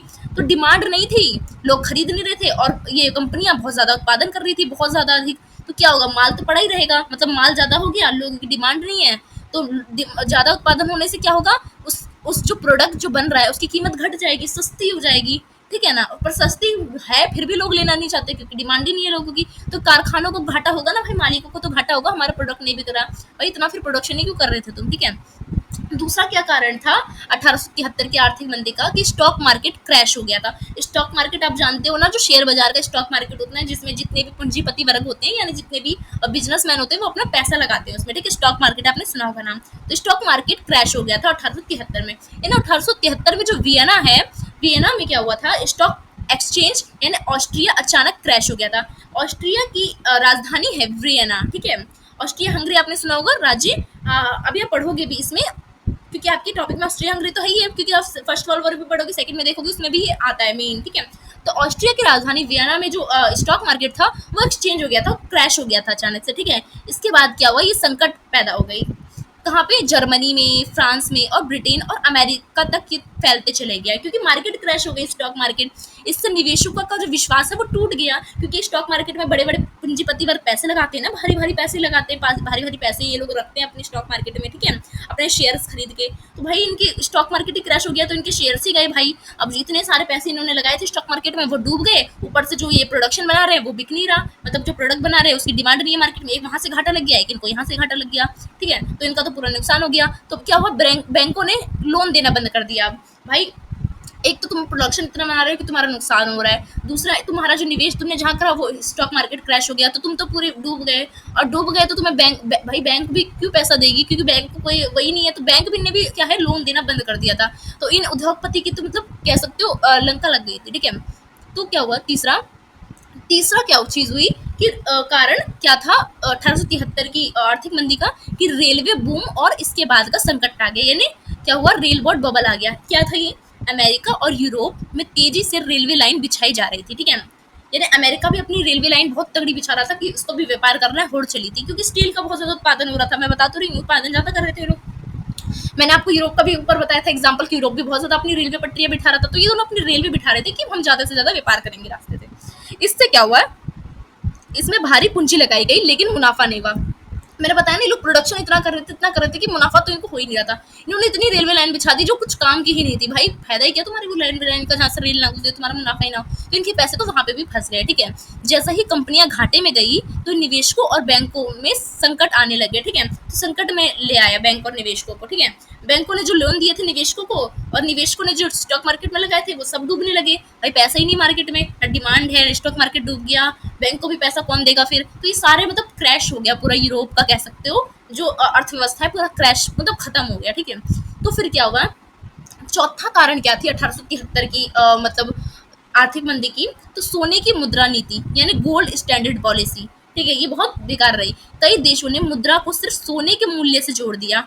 यानी आज हम देखते हैं, आज हम किस चीज से जोड़ते हैं, आज हम डॉलर से जोड़ते हैं, अमेरिका की डॉलर से जोड़ते हैं ना, मतलब इंटरनेशनल पैसे को। देखो अब कोई पैसा आप बाहर अगर आप अपनी प्रोडक्ट को बेचने जाओगे या लेने जाओगे तो आपको इंडियन रुपीज नहीं देना पड़ेगा, या और कंट्रीज को भी डॉलर में आपके पैसे को गिना जाता है। तो उस समय किससे गिना जा रहा था, सोने से गिना जा रहा था, और सोना आप जानते हो तो सोने से गिना जा रहा था। तो इससे क्या हुआ, इससे मुद्रा आपूर्ति सीमित हो गई और व्यापारिक गतिविधियां धीमी पड़ गई। क्यों, क्योंकि सबके पैसे, देखिए किसी कंट्री के पैसे ज्यादा हैं फिर भी आप उसको सोने से तोलोगे, या किसी कंट्री के पैसे कम है उसको भी आप एक ही कीमत पे कम और ज्यादा को सोने से ही तोलोगे। तो फिर आपका क्या होगा, आपकी व्यापारिक गतिविधियां कम होगी, आपकी मुद्रा समिति कम होगी, मतलब पैसे गिर जाएंगे ना। जैसे डॉलर से जब हम पैसे को गिनते हैं तो हमारी एक जो हमारी आज कितने, आज I think 86 rupees, I think 86 rupees एक डॉलर है। तो भारत के पैसे गिर रहे हैं ना, जितने ज्यादा मतलब डॉलर बढ़ेंगे, मतलब जितना ज्यादा जैसे कि कम होगा भारतीय रुपीज तो उतना ज्यादा भारत के पैसे गिरेंगे। तो वही चीज हो रही थी, ठीक है ना। चौथा कारण था ये। पांचवा कारण क्या था 1873 की आर्थिक मंदी का, कि वैश्विक आर्थिक जुड़ाव, यानी जो दुनिया की अर्थव्यवस्था में आपस में जुड़ाव हो चुकी थी, ठीक है। मतलब एक अर्थव्यवस्था दूसरे पे डिपेंड हो चुकी थी। लाइक मैं एग्जाम्पल दूं तो अभी भारत में भी मतलब जितने भी गूगल है, यूट्यूब है, ज़्यादातर आप ऐप्स चलाते हो तो ये भी किसकी है, विदेशों की है, अमेरिकाज़ वगैरह की है ना? तो ये सारे ऐप्स हम उनके यूज़ करते हैं, तो उनकी अर्थव्यवस्था हम पे डिपेंड है ना। मतलब अगर हम भारत के लोग ये सब बंद कर दें तो उनकी अर्थव्यवस्था तो हिल जाएगी। चीन जो है, चीन भी क्या है, हमें बेचता है, अब हम बंद कर दें तो हम ऐसे ही मतलब एक दूसरे पे क्या है, डिपेंड हो चुके हैं सारे अर्थव्यवस्था। आज के टाइम पे हम ये नहीं कह सकते कि किसी की भी अर्थव्यवस्था अलग अलग है, हर देश एक दूसरे देश से, इसलिए तो लड़ाई नहीं होती आजकल, क्योंकि सब अर्थव्यवस्था से जुड़े हैं। एक देश दूसरे देश से लड़ाई करेगा, युद्ध करेगा तो उसकी अर्थव्यवस्था रुक जाएगी, ठीक है, जिससे पूरी दुनिया को प्रभाव पड़ेगा, ठीक है। तो यही चीज़ हुई थी, ठीक है। तो अगर तो फिर इससे क्या प्रभाव पड़ा कि जब ब्रिटेन में आर्थिक मंदी आई, यूरोप में आर्थिक मंदी आई, अमेरिका में आर्थिक मंदी आई, तो अब इसी सी बात है पूरी दुनिया में आएगी, क्योंकि पूरी दुनिया के लोग जो है वो एक दूसरे से व्यापार के तौर पे एक दूसरे से जुड़ रखे थे, तो एक पे जो संकट आएगा दूसरे पे तो आएगा ही। देखते हैं ना हम, कभी कभी कोई युद्ध होता है, जैसे रूस और यूक्रेन का हो रहा था, तो इसका भी प्रभाव हमें भारत पे भी देखने मिल रहा था कि महंगाई बढ़ रही थी, क्योंकि जब हम वहां से माल लाते हैं वो वहां पे महंगा हो जाता है युद्ध के चक्कर में, तो वो चीज़ हम और महंगे हमें वो बेचता है, तो हम वो हमें महंगा बेचेगा, हमारी सरकार महंगे में आएगी तो हमारी सरकार भी हमें महंगे में बेचेगी, है ना। तो यही चीज़ होता है, ठीक है। तो एक देश में संकट होने पर वह पूरे विश्व में फैलने लगता है। जैसे आज भी हम ग्लोबल रिसीजन की बात करते हैं, वैसे ही 1873 में वैश्विक संकट उत्पन्न हुआ था, ठीक है ना। बिल्कुल सेम टू सेम, ठीक है, एग्जाम्पल मैंने आपको दे दिया। तो हमने जान लिया कि 1873 की जो आर्थिक मंदी थी उसके कारण क्या थे। अब हम जानते हैं कि जो हमारा 1873 की आर्थिक मंदी है उसको रोकने के लिए वित्तीय पूंजी का विकास किया गया था, डेवलपमेंट किया गया था इसको रोकने के लिए यूरोप में और अमेरिका में। तो ये क्या चीज़ थी वित्तीय पूंजी, जिसके द्वारा आर्थिक मंदी को रोका गया और वापस आज हम देखते हैं वो लोग इतने विकसित देश है, तो कैसे वापस वो लोग इतने विकसित बन गए वित्तीय पूंजी को अपना के। तो क्या होता है ये वित्तीय पूंजी, ठीक है, इसको हम जानते हैं। तो वित्तीय पूंजी क्या है, फाइनेंस कैपिटल, उसको हम जानते हैं। तो वित्तीय पूंजी वह स्थिति होती है जब औद्योगिक पूंजी और बैंकिंग पूंजी एक होकर आर्थिक प्रणाली को नियंत्रित करती है। मतलब एक देश की अर्थव्यवस्था को, एक देश की जो आर्थिक प्रणाली है उसको नियंत्रित कौन करता है, एक औद्योगिक पूंजी यानी जो बिजनेसमैन है, और दूसरा जो बैंकिंग सेक्टर है, ये ना दोनों मिलके जब सपोर्ट करते हैं और कॉर्पोरेट में चलाते हैं एक देश को, तो उस देश की अर्थव्यवस्था संभली रहती है। मतलब बैंक लोन दे देगा किसको, पूंजीपति को, और पूंजीपति इन्वेस्ट किस में करेंगे, बैंक में पैसे रखेंगे, तो दोनों एक दूसरे से मिलकर काम करेगी, तो क्या होगा, इसको हम कहते हैं वित्तीय पूंजी। इसमें बड़े बैंक, बीमा कंपनी, बड़े पूंजीपति वर्ग और मिलकर क्या करते हैं, पूरे उद्योग और सरकार की नीतियों को प्रभावित करते हैं, ठीक है ना। तो बीमा कंपनी जैसे कि अभी हमने पढ़ा कि आर्थिक मंदी आई 1873 में, इस समय कोई बीमा कंपनी नहीं थी, होती तो आर्थिक मंदी जिस कंपनी पे आती तो बीमा कंपनी ही उसको मतलब वो देती ना, राहत देती, क्योंकि क्या है, बीमा कंपनी में आप पैसे जमा करते हो, बीमा जो भी आप किसी भी चीज़ का इंश्योरेंस देते हो तो आप उस कंपनी को पैसे देते हो, और उस कंपनी को पैसे दोगे जब तक मान लो कोई संकट आया ही नहीं, तो उस कंपनी के पास तो पैसे बढ़ते जाएंगे, और वो पैसे वो स्टॉक मार्केट में लगाएगा तो उसके तो पैसे दुगने होते जाएंगे, ठीक है ना। और तो क्या है, उस बीमा कंपनी का फायदा हुआ, और मान लो कभी बाई चांस आपकी कोई फैक्ट्री में कोई नुकसान हो गया, जैसे आर्थिक मंदी आ गई, तो आप बीमा कंपनी आपको वो देगी, अब वो पैसे उस भरपाई करने के लिए, तो आपका नुकसान भी नहीं होगा। तो ये सारी चीजें उभरी उस समय, इसी को हम कहते हैं वित्तीय पूंजी, ठीक है ना, समझ रहे हो। तो इस विचार को कार्ल मार्क्स ने और बाद में रूसी विचारक हिल्डफील्डिंग और लेनिन के विस्तार से समझाया गया, ठीक है, मार्क्सवादी विचारधाराओं ने इसे समझाया, ठीक है। तो चलिए अब हम जानते हैं कैसे हुआ वित्तीय पूंजी का विकास यूरोप में और पूरे देश में, ठीक है। तो बैंक और उद्योगों का एकीकरण होने लगा। अब बैंक और जो जितने भी पूंजीपति वर्ग है वो मिल गए एक साथ, ठीक है। तो मंदी के समय तो क्या हो रहा था कि उद्योगों को पूंजी की जरूरत थी। जितने भी बिजनेसमैन होते हैं आज भी वो क्या करते हैं, देखा होगा अगर आपने शार्क टैंक देखते होगे तो उसमें इन्वेस्टर जो होते हैं वो क्या करते हैं, इन्वेस्ट करते हैं उनके बिजनेस में। तो ये हमेशा से ज़रूरत होती है। तो इसी समय इन्वेस्ट कह सकते हो कि जो इन्वेस्ट की चीज़ें हैं, जैसे कि आप कोई बिजनेस करते हो तो आपको इन्वेस्ट चाहिए होता है कि बिजनेस में कोई करे, इन्वेस्टर की जरूरत होती है। तो इसी समय वो चीज़ ज़्यादा उभरी, तो इसी को हम कहते हैं वित्तीय पूंजी। यानी आपकी कंपनी में कोई और अगर निवेश करता है तो उसको हम कहते हैं वित्तीय पूंजी, ठीक है ना। जैसे कि शार्क टैंक का एग्जाम्पल, उन्होंने बैंकों से भारी कर्ज लिया, ठीक है। बैंकों ने क्या करा, उद्योगपतियों को बैंक लोन दिए, मतलब इन्वेस्ट करा उनके बिजनेस में, ठीक है। इसके बदले में बैंक उद्योगों के शेयर्स लेने लगे, यानी बैंक कर्ज देता था किसको, सारे जब जो बैंक है वो किसको कर्ज देता था, वो देता था जितने भी उद्योगपति है, और उद्योगपति बदले में क्या करते थे, अपने जो शेयर्स है वो बैंकों को देते थे, ठीक है ना। जैसे हम आज शेयर बाजार देखते हैं, ठीक है। तो इस चीज का ही विकास हुआ कब, वित्तीय पूंजी के टाइम, ठीक है। इसी को हम कहते हैं वित्तीय पूंजी। तो इस इनकी उनके निर्णय में क्या हुई, दखल देने लगे लोग, ठीक है। तो इससे क्या हुआ, बैंक और उद्योग एक दूसरे पर निर्भर हो गए, यानी बैंक किससे पैसे कमाता था, शेयर्स लेके कमाता था उद्योगपति के, और उद्योगपति किससे पैसे कमाता था, बैंक से लोन लेके। तो तो इसी को हम कहते हैं फाइनेंस कैपिटल यानी वित्तीय पूंजी। तो सिंपल सी भाषा में अगर आप शार्क टैंक का एग्जाम्पल लो या किसी बैंक का एग्जाम्पल लो जो लोन देता है अपनी किसी भी बिजनेसमैन को, और बिजनेसमैन उसके बदले आपको शेयर्स देता है, यानी बैंक को शेयर्स देता है, तो सिंपल सी भाषा में इसी को हम वित्तीय पूंजी कहते हैं, ठीक है ना। तो इसी से विकास हुआ था, ठीक है। तो दूसरा क्या, कैसे विकास हुआ था वित्तीय पूंजी का, तो बड़े औद्योगिक निगमों और कॉरपोरेशनों का निर्माण होने लगा था, यानी कई छोटे छोटे उद्योग दिवालिया हो गए थे, मतलब वो तो नष्ट हो गए थे, ठीक है ना, मतलब खत्म हो गए थे इस 1873 की आर्थिक मंदी में। पर जो बड़े बड़े पूंजीपति थे, लाइक जैसे कि अंबानी अंडानी टाइप के हैं, तो उन लोगों ने क्या करे थे, कॉपरेशन बनाना स्टार्ट कर दिया था मिलके। छोटे छोटे के पास तो इतने पैसे नहीं है कि कॉपरेशन बना सके, एक दूसरे का सहयोग कर सके, ठीक है ना, मतलब अपने शेयर्स दे दे और वो मतलब लोन ले ले, इतना तो उनके पास था नहीं छोटे छोटे बिजनेसमैन के पास। पर जो अडानी अंबानी जैसे बिजनेसमैन होते हैं बड़े बड़े, उन लोग के पास था, तो उन लोगों ने क्या करा, कॉपरेशन बनाना स्टार्ट करा। इससे क्या हुआ, इससे पूंजी का केंद्रीकरण हुआ और मोनोपोली एकाधिकार शुरू हो गया, ठीक है ना। एक अधिकार मीन्स जैसे कि अभी आपने भारत में अगर हम अडानी और अंबानी की बात करें, तो अंबानी की सिम कार्ड होती है, मार्ट्स होती है, तो जितनी भी ज़्यादा प्रोडक्ट हम यूज़ करते हैं वो अंबानी के होते हैं, ठीक है ना। सड़कें देखते हैं हम अडानी की होती है, सीमेंट्स अडानी की होती है, बिजली अडानी की है। तो मतलब मोनोपोली कहते हैं इसे, यानी एक ही बिजनेसमैन के हाथ में इतनी सारी चीज़ें आ जाती हैं, ठीक है। तो ये सब चीज़ें क्यों हुई, क्योंकि आर्थिक मंदी में जो छोटे छोटे उद्योगपति थे वो तो नष्ट हो गए, ठीक है, खत्म हो गए। तो बड़े बड़े बिजनेसमैन बन गए जिन्होंने कॉपरेशन स्टार्ट कर दिया। तो जो बड़े बड़े बिजनेसमैन तो गिने चुने होंगे, तो इन्हीं सबके हाथ में सारा सेक्टर आ गया और मोनोपोली एकाधिकार स्टार्ट हो गया, ठीक है। तीसरी चीज़ क्या हुई कि विदेशी निवेश और साम्राज्यवाद को बढ़ावा मिलने लगा, यानी यूरोपीय में क्या हुआ, यूरोप में वित्तीय पूंजी अब सिर्फ अपने देश में ही नहीं बल्कि उपनिवेशों में भी निवेश करने लगे। जैसे अभी लोग किस में बात कर रहे थे, हम बैंक से लोन ले रहे थे और बदले में शेयर्स दे रहे थे, किसको, बैंक को। अभी तो बैंक और उद्योगपति के बीच की बात हो रही थी, पर ये चीज़ को अब वो लोग इंटरनेशनल तौर पे करने लगे। यानी जो गुलाम देश होते थे उपनिवेश, लाइक भारत होता था ब्रिटेन का, तो ये लोग क्या करते थे, भारत में निवेश करते थे। भारत में तो निवेश करा था इन लोगों ने, ब्रिटिश ईस्ट इंडिया कंपनी ने पैसे लगाए थे, और पैसे लगाए थे बदले में क्या करा, भारत में उन्होंने निवेश करा और भारत की बहुत सारी चीज़ों को उन्होंने अपना लिया, ठीक है ना, जैसे कि टैक्स छूट हो गया, सरकार उनकी हो गई, तो यही चीज़ को बढ़ावा मिला, ठीक है। और कच्चा माल और नए बाजार पाने के लिए साम्राज्यवादी नीति अपनाई गई, क्योंकि इंडस्ट्री बहुत ज़्यादा औद्योगिक क्रांति हुई, इसके लिए उनको कच्चा माल चाहिए था जो उनकी फैक्ट्रीज में बने।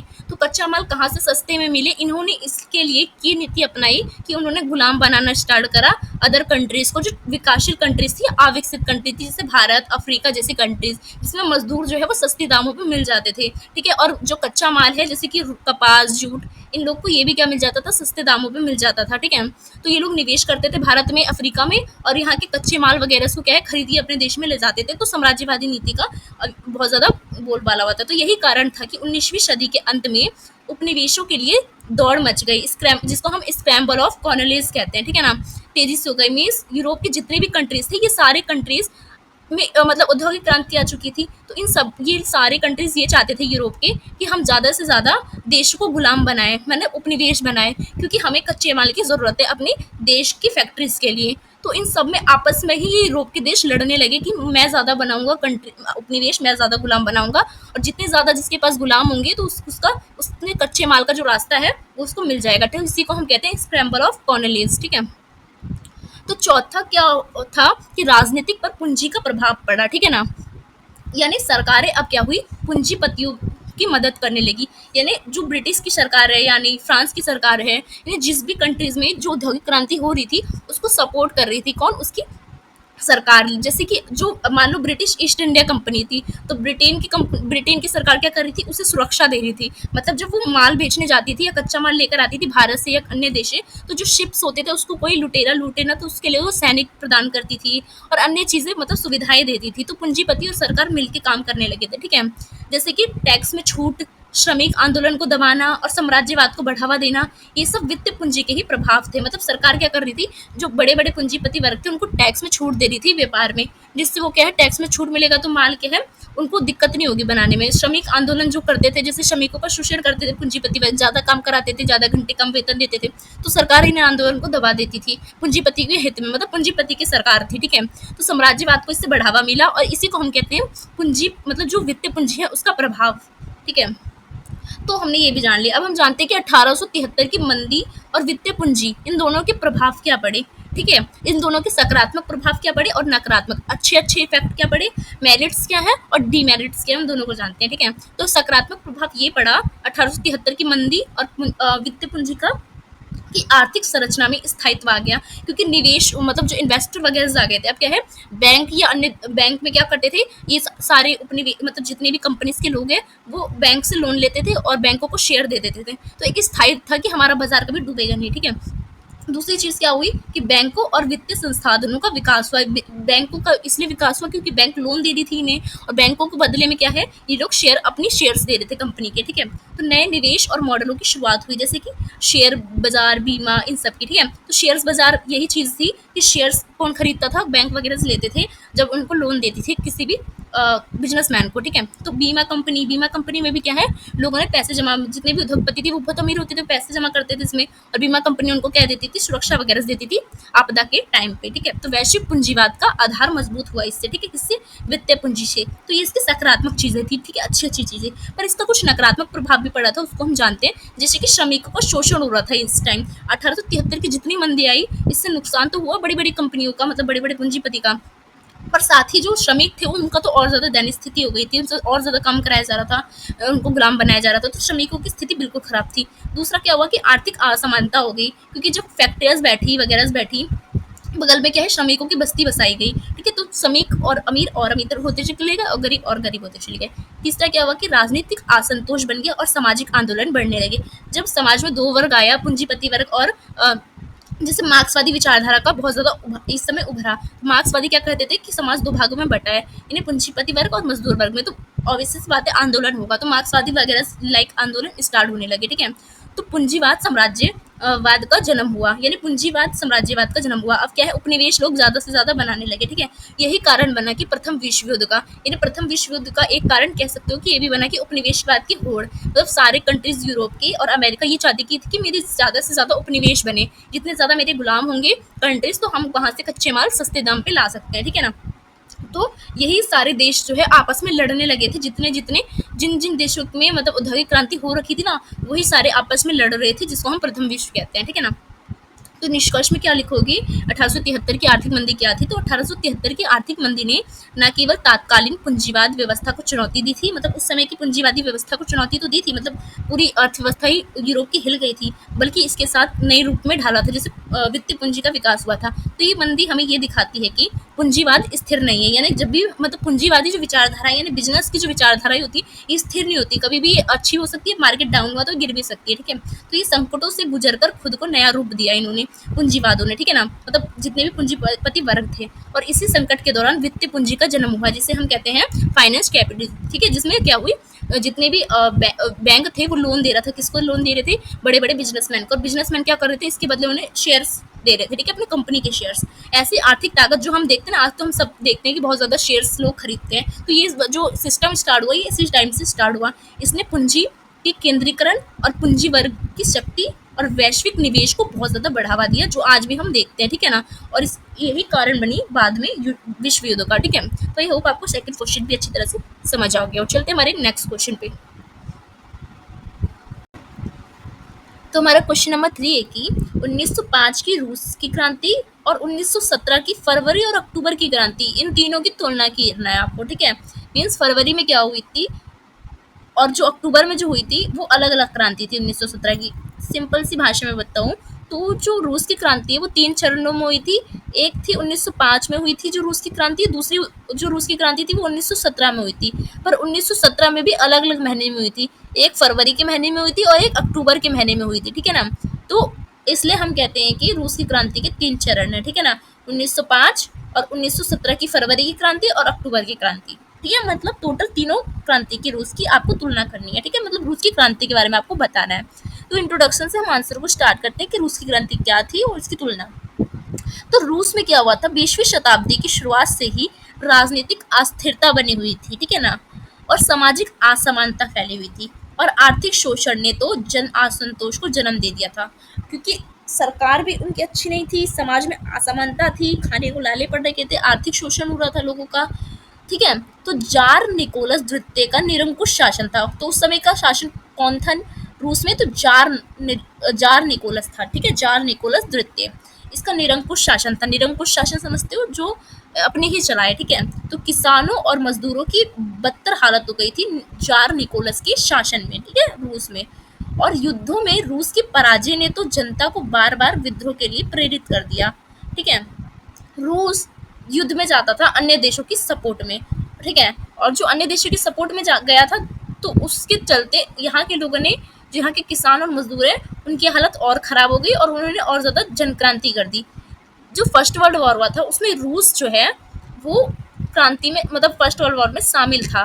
ठीक है, अलाइड पावर में। ठीक है, पर क्या हुआ, जो रूस है वो निकल गया था 1917 में, बाद में। क्यों? क्योंकि इसके देश में ऑलरेडी आर्थिक मंदी वगैरह हो रही थी और दूसरे देश की हेल्प करने जा रहा था, तो यहाँ के लोग, इसके देश के लोग इससे असंतुष्ट थे। ठीक है, तो इस पृष्ठभूमि में तीन प्रमुख क्रांतियां सामने आती है, मतलब रूस में तीन क्रांतियां आती है, जो कि एक है 1905 की रूस की क्रांति, दूसरी 1917 की फरवरी की क्रांति, और 1917 की अक्टूबर की क्रांति, मतलब तीन क्रांति है। तो इन तीन क्रांतियों ने रूस के इतिहास पे गहरा प्रभाव डाला था। ठीक है ना, तो चलिए हम तीनों को देखते हैं। ठीक है, तो चलिए देखते हैं। सबसे पहले हम 1905 की रूस की क्रांति, जो पहली रूस की क्रांति थी। ठीक है ना, तो क्यों हुई थी 1905 में रूस में क्रांति, उसके कारण क्या थे, उसको हम जानते हैं। तो रूस जापानी युद्ध में हार, यानी रूस जापानी युद्ध में हार के कारण क्या हुई थी, रूस में क्रांति हुई थी, यानी रूस और जापान के युद्ध से। 1904 से 1905 के बीच क्या हुआ था, रूस जापान युद्ध हुआ था। ठीक है, इस युद्ध में रूस की पराजय से देश की सैन्य शक्ति पर विश्वास डगमगाने लगा था। किसका? देश के लोगों का। किस देश के लोगों का? रूस का। रूस हार गई थी जापान से। ठीक है, तो इस कारण क्या हुई, जो वहाँ की जनता है वो सोचे कि हमारी सरकार तो हमारी हार रही है, रक्षा भी नहीं कर सकती हम हमारी। तो इस कारण क्या हुई, असंतोष हुआ लोगों में और लोगों ने क्रांति करी, जिसको हम 1905 की क्रांति कहते हैं। तो ये पहला कारण था 1905 की क्रांति का। दूसरा 1905 की क्रांति का क्या कारण था, ब्लडी संडे, याद रखिएगा, ये मेन कारण था। ठीक है, 1905 में 9 फरवरी 1905 को क्या हुई थी, पादरी गैपोन के नेतृत्व में, वहाँ का एक पादरी था, ठीक है, चर्च का पादरी गैपोन, इसके नेतृत्व में हजारों शांतिपूर्ण मजदूर जार से अपनी मांगे प्रस्तुत कर रहे थे। ठीक है, जार कौन था, मैंने बताया था, निकोलस जार, जो कि रूस का शासक था, निरंकुश शासक। तो पादरी के नेतृत्व में ये जार के खिलाफ, यानी शासक के खिलाफ सारे मजदूर मिलके शासक, मतलब आंदोलन कर रहे थे, लेकिन उन पर गोली चला दी गई। अब देखिए, पादरी कितना बड़ा पद होता है, एक पंडित मान लो, एक बड़ा, हमारे हिंदू धर्म के अनुसार मान लो तो पंडित होगा, और मुस्लिम धर्म के अनुसार मान लो तो बड़ा मौलवी होगा। तो पादरी, एक पादरी व्यक्ति मजदूरों के लिए, जो भी व्यक्ति मजदूरों के लिए संघर्ष कर रहा है, मतलब मजदूरों का नेता के तौर पे थे ये, ठीक है, खड़े, जो सरकार के खिलाफ आंदोलन कर रहे थे। तो इसका जो नेतृत्व कर रहे थे पादरी, उसको ही सरकार ने, जार निकोलस ने क्या करी, गोली चला दी उनपे। जो आपका नेतृत्व करने वाला आपका नेता होगा, उस पर कोई गोली चला दे तो जनता और कितनी भड़केगी। तो लोग भड़क गए इसको छोड़ के कि हमारे नेतृत्व, हमारे नेता को, हमारे पादरी को आपने कैसे मारा। और ये हुई थी संडे के दिन, 9 जनवरी 1905 में, जिसको हम कहते हैं ब्लडी संडे। तो ये दूसरा कारण था किसका, 1905 की क्रांति का। ठीक है, तीसरा क्या कारण था 1905 की क्रांति का, कि किसान और मजदूरों और छात्राओं का शोषण हो रहा था। कैसे? कृषि व्यवस्थाओं में पुरानी और अत्यधिक असमान थी, मतलब कोई टेक्नोलॉजी, कोई नई चीजें, कोई नया बांध, कोई नया कैनल, ये सब नहीं बनवाया जा रहा था। नहर किसके द्वारा, जार निकोलस द्वारा। वो कुछ भी नहीं कर रहा था, ना किसान के लिए, ना मजदूरी के लिए, ना छात्रों के लिए। तो इससे क्या हुई, मजदूरी लंबी होती चली गई, मजदूरी का काम बढ़ते चले गए, उन्हें कोई अधिकार नहीं दिए गए। ठीक है, इससे क्या हुआ, जनतंत्र और अभिव्यक्ति की मांग भी आने लगी लोगों में। ठीक है, पढ़ा लिखा वर्ग संविधान की बात करने लगा, प्रेस की स्वतंत्रता की बात करने लगा, संस्था, मतलब संसद जैसी संस्थाओं की मांग करने लगा कि संसद होना चाहिए, पार्लियामेंट होना चाहिए, जो भी कानून है वहाँ पे 2 सदनों में बजना चाहिए, मतलब अपोजिट पार्टी और जो संसद में, तो यही होता है ना, सारे प्रतिनिधित्व रहते हैं, तो जनता के द्वारा ही जो कानून है वो बने, तो ऐसा होना चाहिए। तो ये लोग, पढ़े लिखे लोग आंदोलन करने लगे इस उस समय, ठीक है। तो 1905 की क्रांति का ये भी तीसरा कारण था। तो 1905 की क्रांति का स्वरूप कैसा था, कैसा उसका स्ट्रक्चर वगैरह था, तो ये क्रांति एक तरह का स्वतः ही स्फूर्त आंदोलन था जो खुद पे खुद उभर गया था। देश भर में हड़तालें हो रही थी, रूस में, देश भर में रूस में प्रदर्शन हो रहे थे, दंगे हो रहे थे। हालांकि इसके पास कोई संगठित नेतृत्व नहीं था, एक ही था उस समय जो पादरी मैंने बताया था जिसको गोली मार दी थी जार निकोलस ने, और इसके कारण और ज्यादा जनता भड़क गई थी, ठीक है। तो परिणाम क्या हुआ 1905 की क्रांति का, कि जार ने यानी जार निकोलस जो था रूस का शासक, उसने मजदूरों मजबूर होकर क्या करा, 1906 में यानी एक साल बाद ड्यूमा की स्थापना कर दी। ड्यूमा किसे कहते हैं, जो रूस है, रूस की जो संसद है उसका नाम ड्यूमा है। जैसे हमारी पार्लियामेंट है ना, हम यहाँ पे संसद कहते हैं, तो वहाँ की जो संसद है ना उसको ड्यूमा कहा जाता है। यानी संसद की स्थापना करना पड़ा मजबूरी में आके, किसको, वहाँ के शासक को, जार निकोलस को, जनता के दबाव में आके उसने 1906 में क्या करा, संसद की यानी ड्यूमा की स्थापना की रूस में। लेकिन वह केवल दिखावा था, ठीक है। संसद तो था पर संसद में प्रतिनिधि जो थे वो जनता द्वारा चुने हुए नहीं थे। तो जार की सत्ता में कोई असली परिवर्तन इस समय नहीं हुआ था, नाम के लिए ड्यूमा तो बना दी गई थी, ठीक है। तो अब 1905 की तो आप क्रांति जान गए क्या थी, ठीक है। अब हम जानते हैं 1917 की फरवरी की क्रांति क्या थी। तो 1917 की क्रांति क्या थी, इसके कारण क्या थे, इसके कारण थे कि प्रथम विश्व युद्ध का प्रभाव पड़ा था इस पे। कि प्रथम विश्व युद्ध आप सब जानते हैं 1914 में स्टार्ट हुआ था, और ये टाइम कब है, 1917 का, यानी ये प्रथम विश्व युद्ध के बीच का टाइम है, ठीक है ना। तो 1914 से 1918 तक चला था प्रथम विश्व युद्ध, तो उसी के बीच का टाइम पीरियड था। तो प्रथम विश्व युद्ध का पूरा प्रभाव पड़ रहा था रूस पे, ठीक है। तो रूस की अर्थव्यवस्था युद्ध के कारण चरमरा गई थी और लाखों सैनिक मारे गए थे और लोग भूखे मर गए थे। क्यों, क्योंकि प्रथम युद्ध में जो मित्र राष्ट्र थे और ध्रुव राष्ट्र थे, तो इन जो मित्र राष्ट्र थे और जो ध्रुव राष्ट्र थे, उसमें से जो मित्र राष्ट्र थे उसका हिस्सा था कौन, रूस, ठीक है। तो रूस ने क्या करा, जो 1917 में, क्योंकि इसकी बहुत ज्यादा दयनीय स्थिति हो गई थी, इसके 1905 की क्रांति के बाद ही इसके देश में आर्थिक मंदी वगैरह आ गई थी। तो यहाँ की जनता असंतोष थी कि हमारा संकट हमारे देश में पड़ा है और रूस जा रहा है हमारा दूसरे की मदद करने प्रथम विश्व युद्ध में। तो और क्या हुई, अब जो है युद्ध में जाओगे तो आपके सैनिक मरेंगे, लाखों लोग भूखे मरेंगे ही, ठीक है। तो इससे क्या हो रहा था, और ज्यादा इनकी अर्थव्यवस्था पे प्रभाव पड़ रहा था। तो प्रथम विश्व युद्ध का पूरा प्रभाव पड़ा 1917 की क्रांति का। इससे क्या हुई, महंगाई और खाद्य संकट रूस में उभरने लगा। लोग रोटी के लिए लंबी कतारों में खड़े होने लगे। ठंड और भूख ने जनता को क्या करी, बगावत के लिए मजबूर कर दिया, क्योंकि रूस में बहुत ज्यादा ठंड होती है, वहाँ पे जैकेट, कपड़े, ये सब चाहिए होते हैं। अब इसकी आपूर्ति हो नहीं पा रही थी क्योंकि युद्ध में लगा था रूस, ठीक है, प्रथम विश्व युद्ध में। तो इससे लाखों सैनिक मर रहे थे, उत्पादन महंगा हो गया था, महंगाई बढ़ गई थी, लोगों के पास खाने के नाले पड़ गए थे। तो लोगों के पास क्या काम था, तो लोग आंदोलन करना स्टार्ट कर दिए। और जार की अक्षमता और अहंकार, जो जार निकोलस था, निरंकुश शासक रूस का, वो अक्षम एक राजा था, वो जनता के लिए कुछ नहीं कर पा रहा था और बहुत ज्यादा अहंकारी था। तो जार ने सारे राजनीतिक सुझाव ठुकरा दिए थे। उसके जितने भी राजनीतिक के लोग होते हैं ना, कैबिनेट मंत्री या अदर्स लोग जो उसको सुझाव देते थे कि आप अपनी अर्थव्यवस्था को, अपने देश को कैसे अच्छे से बेहतर कर सकते हो, उसको मानता ही नहीं था। कहता था अपने अहंकार में, नहीं मैं हूँ, वो मतलब कि बस मैं हूँ, मैं किसी की नहीं सुनता, ठीक है। तो एक तो आक्षेप क्षमता, इतना अहंकार था कि किसी का सुझाव भी नहीं लेता था।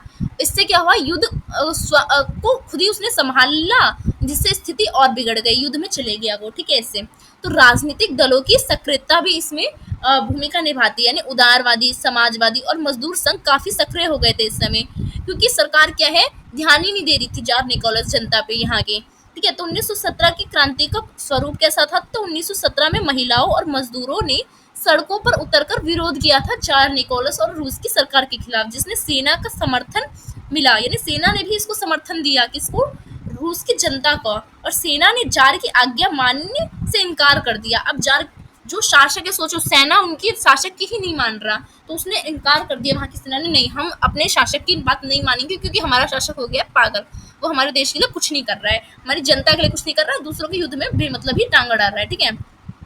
तो क्या प्रभाव पड़ा 1917 की क्रांति की, रूस की क्रांति की, तो जार निकोलस द्वितीय ने गद्दी छोड़ दी, ठीक है ना, उसको छोड़ना पड़ा गद्दी, उसने छोड़ दी, मतलब अब शासक बदल गया। तो एक अस्थायी सरकार हो गई वहां पे, ठीक है, की स्थापना हुई, जिसका नेतृत्व किसने किया, केरेंस्की जैसे उदारवादियों के हाथ में था, ठीक है। तो इस उदारवादी ने क्या करा, क्योंकि निकोलस हट गया गद्दी से, तो अभी तो चुनाव भी नहीं हुए, तो अस्थायी सरकार होती है ना जो कुछ टाइम के लिए बनती है, तो इसको बिठाया गया, ठीक है। लेकिन इस सरकार ने भी जनता की मुख्य मांगे जो थी ना, जैसे कि शांति बनाए रखे, युद्ध में भाग ना लो, और भूमि वितरण कर दो और भोजन की समस्या को हल कर दो, महंगाई कम कर दो। पर इस सरकार भी नाकाम रही। ये जो दूसरी सरकार भी बनी ना जार निकोलस को हटा के, ये भी निकोलस की तरह निकम्मी सरकार निकली और इसने भी कुछ नहीं किया। ठीक है, तो 1917 की हमने फरवरी की क्रांति जान ली कि क्या थी। अब हम जानते हैं 1917 में ही जो दूसरी क्रांति हुई थी जिसे हम अक्टूबर की क्रांति कहते हैं। तो अक्टूबर की क्रांति के कारण क्या थे? ठीक है, तो अस्थाई सरकार मैंने बताया ना जो निकोलस को हटा के बैठी थी, अब उसके कारण अक्टूबर में क्रांति हो रही है। ठीक है, तो अस्थाई सरकार भी विफलता, वो भी सरकार जनता के लिए कुछ नहीं कर रही थी। ये सरकार युद्ध से बाहर नहीं निकल रही थी, ये भी युद्ध में लगी हुई थी। किसके साथ? प्रथम विश्व युद्ध में। भूमि सुधार कानून नहीं ला रही थी, जनता के लिए आर्थिक संकट उसका कम नहीं कर रही थी, उनके खाने की चीजें जुटा नहीं पा रही थी। कहे कि तुम दोबारा सरकार बिठाई तुमने। ठीक है, तो लेनिन और जो बोल्शेविक थे उसकी योजनाबद्ध नीति ने क्या करा? लेनिन ने शांति, रोटी और जमीन का नारा देकर जनता को संगठित किया, एक दौड़ में बांधा और इस सरकार के खिलाफ भी उसने हल्ला बोल दिया। ठीक है, तो सोवियत सोवियत संघ जानते हो ना, रूस और जितने भी जो साम्यवादी लोग थे उसको मिला के कहते हैं। तो मजदूर और सैनिकों की परिषद बनी जिसको हम सोवियत कहते हैं, उसका समर्थन बोल्शेविकों को मिलने लगा। ठीक है, और सेना और मजदूरों का जो मोह भंग है वो अस्थाई सरकार से भी हो गया था। अब ये सेना जैसे कि निकोलस जो था ना, जार निकोलस, उसकी बात मानना बंद कर दी थी ना, इसकी भी बात मानना सेना ने बंद कर दी थी। सेना देख रही थी ये भी उसकी तरह ही निकम्मी सरकार है, ये भी कुछ नहीं कर रही। तो 1917 के अक्टूबर की क्रांति का स्वरूप कैसा था? तो लेनिन और ट्राटस्की के नेतृत्व में बोल्शेविक जितने भी थे ना, जो बोल्शेविक जो थे लोग, जैसे कि जाति होती है ना वैसे एक जाति थी उसमें। ठीक है, तो उसने 25 अक्टूबर में जूलियन कैलेंडर के हिसाब से अगर कहें तो सेंट पीटर्सबर्ग में क्या करी? तख्ता पलट कर दी। मतलब जो दूसरी सरकार थी ना उसको भी उखाड़ के फेंक दिया इन्होंने। और रक्तपात बहुत कम हुआ क्योंकि सरकार कमजोर थी, इतनी भी सरकार मजबूत नहीं थी कि रोक ले, मतलब आराम से मतलब सरकार को हटा दिया गया। ठीक है, तो इसका परिणाम क्या हुआ? इसका परिणाम हुआ कि बोल्शेविकों ने सत्ता पर कब्जा कर लिया, जो रूस में ज्यादा क्योंकि बोलबाला बोल्शेविकों का था। और लेनिन की अध्यक्षता में एक समाजवादी सरकार बनना स्टार्ट हो गई रूस में, और रूस सोवियत संघ की नींव रखी जिसे हम यूएसएसआर कहते हैं। जब हम शीत युद्ध पढ़ते हैं तो हम देखते हैं ना यूएसएसआर में और पूंजीपति जो देश होते हैं उसमें लड़ाई होती है। ठीक है, अमेरिका में। तो भूमि किसानों में बट गई। अब क्या है, भूमि को उस किसानों में बराबर बांट दी, क्योंकि सोवियत संघ का मतलब क्या होता है साम्यवादी सरकार का, इस सरकार के हर संसाधनों पे जनता का बराबर भाग हो। ठीक है, नई उद्योग राष्ट्रीयकरण का विकास हुआ और रूस ने प्रथम विश्व युद्ध से बाहर निकलने के लिए बेस्ट क्रिटोसव संधि स्थापित की और 1917 में उसने क्या करा? बाहर निकल गया प्रथम विश्व युद्ध से। और 1917 में एंट्री किसकी हुई? अमेरिका की हुई प्रथम विश्व युद्ध में। ये निकला और अमेरिका ने एंट्री ले ली, मतलब इसकी जगह अमेरिका ने ले ली, ये निकल गया था। ठीक है, संधि पे साइन करके और अपने देश को संभालने आ गया था। तो समझ गए कि तीनों क्रांति कैसे अलग थी और तीनों में क्या अंतर था। तो अब तीनों की हम तुलनात्मक अध्ययन कर लेते हैं थोड़ा, ठीक है ना, टेबल फॉर्म में। तो 1905 की क्रांति क्या थी? तो 1905 की क्रांति के कारण क्या थी कि जार शाही की निरंकुशता और जापानी युद्ध में उसकी हार, यानी जार का निरंकुश शासन और जो युद्ध करा था उसने जापान के साथ, उसमें उसकी हार हुई थी। तो जनता में आक्रोश आ गया था और उसने 1905 की क्रांति कर दी। वहीं अगर हम 1917 की क्रांति की बात करें तो क्यों हुआ था ये, इसके कारण क्या थे? तो युद्ध से असंतोष थे लोग, भूख और जार का विरोध कर रहे थे, क्योंकि जार भी जो है वो प्रथम विश्व युद्ध में साथ दे रहा था मित्र देशों का, और यहाँ की जनता नहीं चाहती थी कि युद्ध में जाए। और भूख और जो महामंदी पड़ रखी है जो रूस में, उसको निपटाए, पर वो नहीं निपटा रहा था। तो जार जो था निकोलस, उसको विरोध में जनता ने 1917 में फरवरी के महीने में क्रांति की थी। तो अब अक्टूबर की क्रांति के क्या कारण थे? तो अस्थाई सरकार जो बनी थी, यानी जब जार निकोलस को 1917 में उखाड़ के फेंक दिया था यहाँ की जनता ने, इसने इस्तीफा दे दिया था, तो जनता ने किसको बिठाया? अस्थाई सरकार को बिठाया। पर जो अस्थाई सरकार को 1917 में बिठाया वो भी इसी सरकार की तरह थी, जार की तरह, वो भी कोई काम नहीं कर रही थी लोगों के लिए। ठीक है, तो लेनिन के नेतृत्व में इसको भी उखाड़ फेंका और ये बनी 1917 की अक्टूबर की क्रांति के कारण। तो 1905 की क्रांति का नेतृत्व किसने किया था? तो बिखरा हुआ कोई केंद्रीय नेता यहाँ पे नहीं था। ठीक है, सब बिखरा हुआ था, कोई केंद्रीय नेता नहीं था जो इसको कंट्रोल कर रहा 1905 की क्रांति को, ये लोग ही अपने अपने में कर रहे थे। ठीक है, और अगर हम 1917 की फरवरी की क्रांति की बात करें तो उदारवादी नेता जैसे कि केरेंस्की, इसने नेतृत्व किया था और जो जार था उसको उखाड़ के फेंका था सत्ता से। ठीक है, और 1917 की अक्टूबर की क्रांति का जो नेतृत्व है वो बोल्शेविकों ने किया था, जो रूस के बोल्शेविक हैं उन्होंने किया था, और लेनिन ने किया था। और बाद में लेनिन ही यहाँ के कौन बने थे? राष्ट्रपति, प्रधानमंत्री बना था। ठीक है, तो 1905 की क्रांति का प्राकृतिक क्या था? तो स्वतः ही ये विद्रोह फैलते चले गया था। पर 1900 फरवरी की अगर क्रांति की बात करें, फरवरी की क्रांति की बात करें तो जनता आधारित आंदोलन था ये। वहीं अक्टूबर की क्रांति की बात करें तो योजनाबद्ध तरीके से बोल्शेविकों ने क्रांति की थी, ठीक है। तो 1905 की क्रांति जो है उसका परिणाम ये हुआ कि ड्यूमा यानी वहां की संसद की स्थापना हुई। वहीं अगर हम फरवरी की क्रांति की बात करें तो यहाँ पे जार को उखाड़ के फेंक दिया गया, जार ने इस्तीफा दे दिया अपने पद से। और 1917 की अक्टूबर की क्रांति की बात करें तो बोल्शेविक सत्ता ने समाजवाद की शुरुआत की, लेनिन का शासन स्टार्ट हुआ यहाँ से।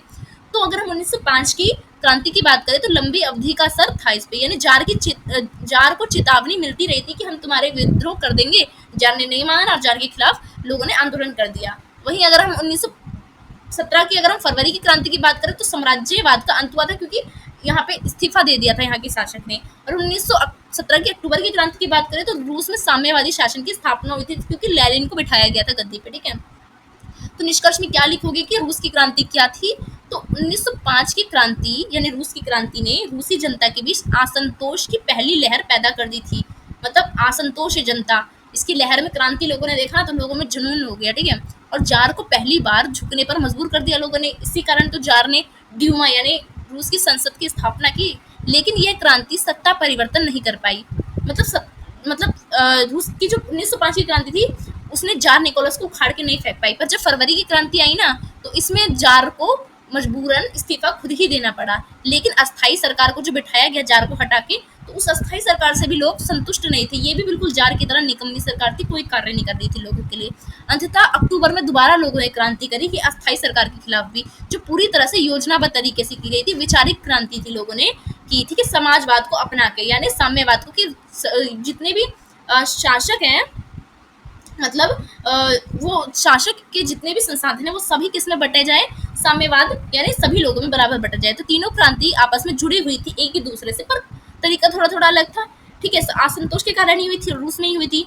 एक ने दूसरी की भूमिका तैयार की, दूसरे ने तीसरी की तैयार की। लास्ट में 1917 में लास्ट में अक्टूबर में सीधा लेनिन का शासन ही आ गया, ठीक है। तो दुनिया में पहली समाजवादी सत्ता बदली थी रूस में, रूस की क्रांति ने, ठीक है। आई होप आपको थर्ड क्वेश्चन भी अच्छी तरह से समझ आया हो। चलते हैं अब हमारे नेक्स्ट क्वेश्चन पे, हमारा क्वेश्चन नंबर 4 पे, ठीक है। तो जानते हैं हमारा क्वेश्चन नंबर 4 क्या है। हमारा क्वेश्चन नंबर 4 देखिए, द ईस्टर्न क्वेश्चन, यानी जो ईस्टर्न क्वेश्चन था, यानी पश्चिमी जो प्रश्न थे वो क्या थे, पश्चिमी प्रश्न, ठीक है। इसके संदर्भ में बाल्कन राष्ट्रवाद और उपनिवेशिक संघर्ष की चर्चा कीजिए। क्या थे पश्चिमी क्वेश्चन जो इस समय यूरोप में उभर रहे थे, और बाल्कन राष्ट्रवाद क्या था, क्या थे ये बाल्कन, और राष्ट्रवाद क्या था, ये क्यों राष्ट्रवाद कर रहे थे, और औपनिवेशिक संघर्ष जो इस समय हो रहा था इसकी आपको चर्चा करनी है। तो ये तीनों क्वेश्चन देख लीजिए ध्यान से, ठीक है ना। तीनों का मतलब अलग अलग है, तीनों चीजें अलग अलग है, पर तीनों को मिला के क्वेश्चन बनना है, ठीक है ना। ये तीनों एक दूसरे से कनेक्ट भले हैं पर तीनों का मतलब एक नहीं है, बिल्कुल अलग है ये तीनों चीज, ठीक है। द ईस्टर्न क्वेश्चन अलग है, ईस्टर्न क्वेश्चन से ही बाल्कन राष्ट्रवाद आया, बाल्कन राष्ट्रवाद ने ही औपनिवेशिक संघर्ष को बढ़ावा दिया, ठीक है। ये तीनों ऐसे एक दूसरे से जुड़ी है पर तीनों चीजें अलग है, ठीक है। उसको हम जानते हैं, ठीक है। भूमिका से स्टार्ट करते हैं, इंट्रोडक्शन से। तो 19वीं और 20वीं सदी की शुरुआत में यूरोपीय राजनीति में एक बड़ा बदलाव आया था और जटिल मुद्दा आया था। कौन सा मुद्दा आया था? पूर्वी प्रश्न का, ठीक है, यानी पूर्वी प्रश्न का, ठीक है, कि जो पूर्वी प्रश्न है वो क्या है। तो पूर्वी प्रश्न कहा जाता है इसे।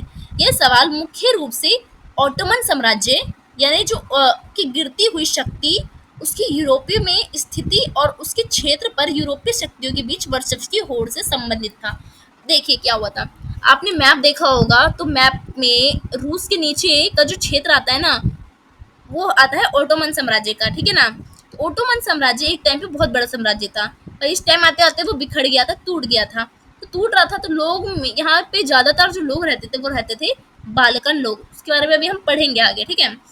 उन्हीं लोगों ने क्या करा, अब ये सारे जो कंट्रीज जो ओटोमन साम्राज्य टूट गया था छोटे छोटे भाग में, अब रूस चाहती थी मैं इस पे कब्जा करूं, अदर कंट्रीज चाहती थी मैं इस पे कब्जा करूं, तो इसी की होड़ लगी थी। इसी होड़ को हम कहते हैं पूर्वी प्रश्न। तो ओटोमन साम्राज्य कभी यूरोप, एशिया और अफ्रीका के बड़े हिस्से पर शासन करता था, ठीक है।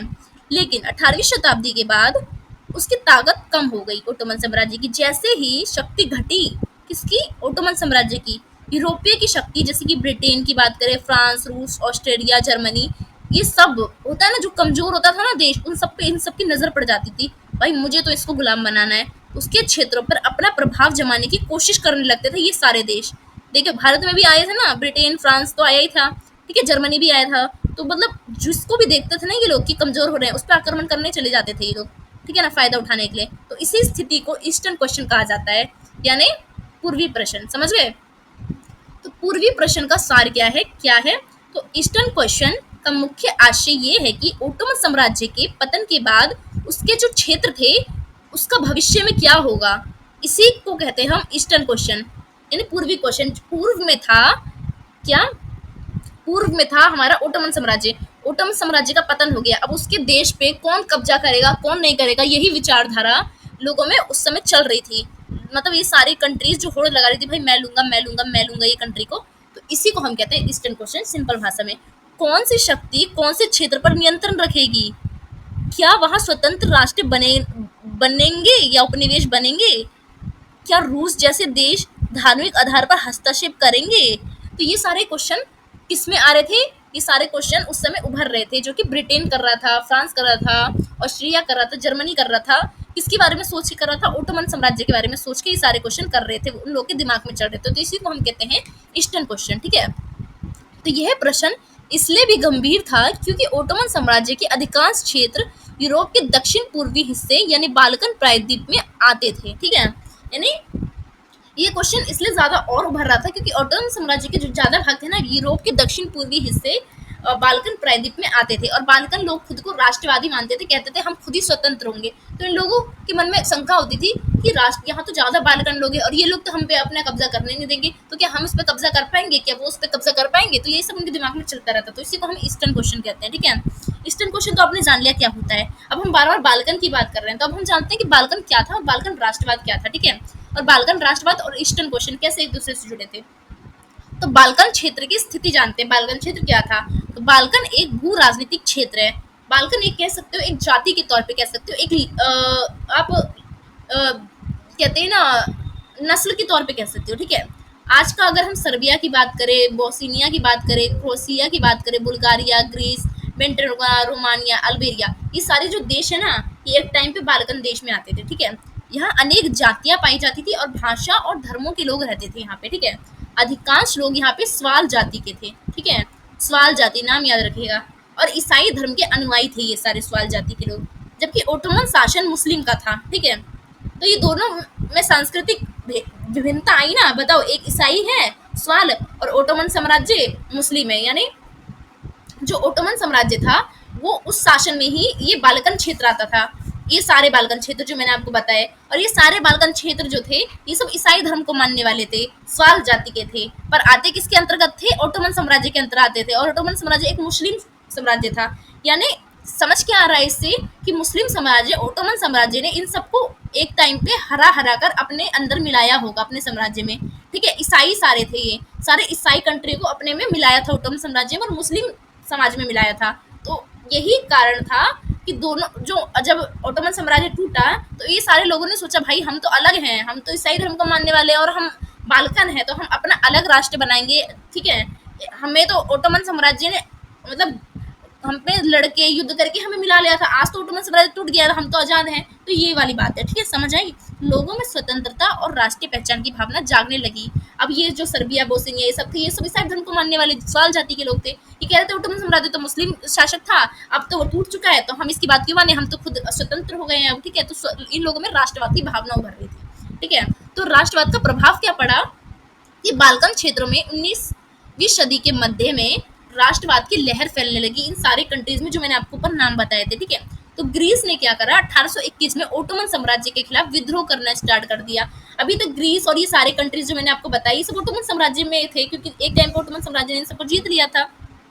पर ग्रीस ने विद्रोह कर दिया और 1832 में ग्रीस स्वतंत्र राष्ट्र बन गया और इसने अपना एक अलग राष्ट्र बना लिया, मतलब ओटोमन साम्राज्य से अलग हो गया ये, ठीक है। इसके बाद सर्बिया, बुल्गारिया, रोमानिया और मोंटेनेग्रो जो है इसने भी क्या कर दिया, इसने भी अलग अलग समय पर विद्रोह स्टार्ट कर दिया और स्वतंत्रता प्राप्त कर ली, मतलब ओटोमन साम्राज्य से अलग हो गए। ठीक है, क्योंकि ओटोमन साम्राज्य एक मुस्लिम शासक का था और ये सारे ईसाई धर्म को मानने वाले थे और अलग जाति के थे। ठीक है, तो यह सब राष्ट्रवादी आंदोलन थे, क्योंकि राष्ट्रवादी आंदोलन तो वही होता है ना कि अपनी पहचान के आधार पर अपने आप को अलग कर लेना। ठीक है ना, तो जो अपनी भाषा, अपनी संस्कृति और अपने धर्म के आधार पर स्वतंत्र बनते हैं उसी को हम राष्ट्र कहते हैं, राष्ट्र बनना। तो ये लोग क्या हुए, अपने धर्म, अपने जाति के लोग को अपने अपने कंट्री में मिला मिला के अपने आप को आजाद करने लगे ये लोग। ठीक है, तो रूस की भूमिका क्या थी इसमें, उसको जानते हैं। ठीक है, तो रूस ने बाल्कन के स्लावो लोगों का समर्थन किया। रूस जो है वो जाता था, रूस के जस्ट नीचे में ही था ओटोमन साम्राज्य बड़ा सा, वो टूटा। तो रूस को ये डर था कि ओटोमन साम्राज्य जो टूटा है, अब ओटोमन साम्राज्य जो टूट रहा है मेरे ही नीचे में पड़ता है। अब इस पे नजर किसकी है, सारे यूरोपीय कंट्रियों की नजर है, चाहे ब्रिटेन हो, फ्रांस हो, है ना, जर्मनी हो, ये सारे इसको उपनिवेश बनाना चाहते हैं। अब मेरे बगल में ये सारे उपनिवेश बनाएंगे, अगर मेरे बगल वाला कंट्री है वो गुलाम बन गया, ब्रिटेन, फ्रांस, इन सब का, तो मुझे खतरा होगा, मतलब मेरे बगल में एक ऐसा साम्राज्य आ जाएगा, एक ऐसा शासक आ जाएगा जो मेरे लिए खतरा होगा। तो रूस को डर था, रूस ने डर के मारे ही क्या करा, उसने बाल्कन लोगों का समर्थन करना कर लिया कि हाँ हाँ तुम आजाद हो जाओ। ठीक है ना, तो इसने क्या करा, बाल्कन राष्ट्रवाद का समर्थन किया। क्यों, क्योंकि ब्रिटेन और जर्मनी, जो यूरोप की जितने कंट्रीज है, वो ओटोमन साम्राज्य जो टूट रहा है इसको टूटते हुए देख के वो उन लोगों के मन में लालच आ रहा था कि हम इसको उपनिवेश बनाए, गुलाम बनाए। तो ना बना पाए गुलाम, क्योंकि गुलाम बनेगा तो ये रूस के बगल में है, रूस को इससे खतरा होगा। तो रूस ने यही सोच के किसका समर्थन किया, बाल्कन लोगों का समर्थन किया। ठीक है, तो वह पेशवावाद के तहत स्लावों को एकजुट करा। क्या है, पैन स्लाविज्म को स्टार्ट करा उसने, और पैन स्लाविज्म में जितने भी स्लाविक लोग हैं जो कि बाल्कन राष्ट्रवाद के लोग हैं, उसको इकट्ठा करा किसने, रूस ने, और साथ दिया उनका, और काला सागर से भूमध्य सागर तक उन्हें पहुंचाना चाहता था वो। ठीक है, जिससे उसका हित भी जुड़ा हुआ था। तो सारे स्लेवों को इकट्ठा करा रूस ने, और सबको इकट्ठा करके उनकी सपोर्ट इसलिए करा कि इससे कभी मेरा नुकसान ना हो जाए। तो रूस ने अपना भलाई देख के इन लोग का भलाई करा। ठीक है, तो क्या हुआ कि औपनिवेशिक संघर्ष और शक्तियां की होड़ मचने लगी। मैंने बताया ओटोमन साम्राज्य टूट रहा था, तो ओटोमन साम्राज्य टूट रहा था तो सारे जो यूरोप की कंट्रीज उनकी नजर थी कि भाई टूट रहा है साम्राज्य, चलो हम भी लूट लेते हैं इसको। ठीक है, तो थोड़ा तो औपनिवेशिक संघर्ष हुआ, मतलब यूरोप की कंट्री आपस में लड़ने लगी कि हम इसे लेंगे, हम इसे लेंगे। और बाल्कन तो खुद चाहता था कि हम राष्ट्रवाद बन जाए, हमें तो खुद किसी का गुलाम नहीं बनना, ना तो ओटोमन का रहना है, ना तो हमें ब्रिटेन वगैरह का रहना है। ठीक है, तो यूरोपीय शक्तियों में प्रतिस्पर्धा होने लगी कि हम ज्यादा को गुलाम बनाएंगे, हम ज्यादा को गुलाम बनाएंगे। तो ब्रिटेन ने क्या करा, ओटोमन साम्राज्य के बचे हुए क्षेत्र जो थे उस पर रूस का प्रभाव नहीं चाहते थे। वो नहीं चाहते थे कि रूस के बगल की कंट्री है, ये सारे जो आजाद हो गए बाल्कन तो वो तो हो गए, बस जो बचेंगे उस पर रूस अपना कब्जा कर लेगा, क्योंकि वो छोटे मोटे देश है भाई, वो ऐसा ना हो। तो ब्रिटेन ने क्या करा, खुद वहां चले गया और खुद की अपना शासन वहां पे स्थापित करने की कोशिश की। ठीक है, फ्रांस भी फिर यही काम करने चले गया। फ्रांस भी सोचा जब ब्रिटेन जा रहा है तो मैं क्यों ना मैं भी गुलाम बनाऊं, तो वो भी चले गया वहां पे ओटोमन साम्राज्य के जो छोटे टुकड़े थे उसको गुलाम बनाने। अब फ्रांस गया, ब्रिटेन गया, भाई ऑस्ट्रिया हंगरी कैसे रह जाएगा, तो ये भी चले गया पीछे पीछे। ये भी कहा कि भाई हमको भी चाहिए, बाल्कन देश स्वतंत्र हो गए तो साम्राज्य में खतरा बगावत हो सकती है। ठीक है, तो इसको भी डर लगा, तो ये भी चले गया जल्दी जल्दी इन सबकी मदद करने। ठीक है, तो भाई ये सारे यूरोपीय कंट्री के थे जो मैं अभी आपको बता रही हूँ, और जर्मनी भी यूरोप का है। अब इसने सोचा 3 यूरोप के बड़े बड़े कंट्री निकल गए लूटने, तो मैं क्यों पीछे रहूं, मैं भी चलता हूँ। तो ये भी पीछे पीछे चल गया लूटने। ठीक है, तो क्या हुआ, इससे युद्ध और संघर्ष बढ़ गया। अब 4 यूरोप के देश है या और भी ज्यादा अगर होंगे तो वो सारे एक ही जो ओटोमन साम्राज्य टूटा है उसको लूटने के चले गए। तो आपस में तो लड़ेंगे ना भाई, मैं ज्यादा लूंगा, मैं ज्यादा लूंगा। ठीक है, तो युद्ध का संघर्ष हुआ, इसी को हम कहते हैं। तो ईस्टर्न क्वेश्चन यानी पूर्वी प्रश्न के चलते कई युद्ध और कई संघर्ष हुए, जैसे कि क्रीमियन युद्ध जो कि 1853 से 1856 में हुआ था। ये रूस बनाम ब्रिटेन, फ्रांस और ओटोमन साम्राज्य के बीच हुआ था। ठीक है, तो इन तीन रूस का युद्ध किसके खिलाफ हुआ था, ब्रिटेन फ्रांस के खिलाफ हुआ था और ओटोमन साम्राज्य के खिलाफ हुआ था। ठीक है, तो क्रीमियन युद्ध कहते हैं, यानी रूस ने लड़ा था ब्रिटेन फ्रांस से कि ये जो ओटोमन का साम्राज्य ये मैं लूंगा इसके चक्कर में। फिर दूसरा युद्ध होता है रूसी तुर्की युद्ध, रूस और तुर्की में युद्ध होता है। ठीक है, तुर्की क्या है, ओटोमन साम्राज्य का एक हिस्सा है, क्योंकि ओटोमन साम्राज्य जितना आज हम अरब का साम्राज्य देखते हैं ना उससे भी बड़ा वो सब इसमें आता था। ठीक है, ठीक है, जिससे रूस ने बाल्कन में स्लावों का समर्थन किया और ओटोमन को हराया। ओटोमन साम्राज्य चाहता था ना रूस की ओटोमन साम्राज्य, मतलब वो अगर टूट रहा है तो इस पे अदर कंट्री का राज ना हो, ओटोमन साम्राज्य भी इतने स्ट्रॉन्ग ना हो, क्योंकि मेरे पड़ोस वाला कंट्री इतना स्ट्रॉन्ग होना नहीं चाहिए। कोई भी चाहता है कि मेरा पड़ोसी ज्यादा स्ट्रॉन्ग ना हो। ठीक है, तो तुर्की क्या था, ओटोमन साम्राज्य का भाग था। तुर्की ने रूस से युद्ध करा, तो इसको हम कहते हैं तुर्की और रूस युद्ध। फिर तीसरा युद्ध इस समय हुआ बाल्कन युद्ध। जो कि 1912 से 1913 में हुआ।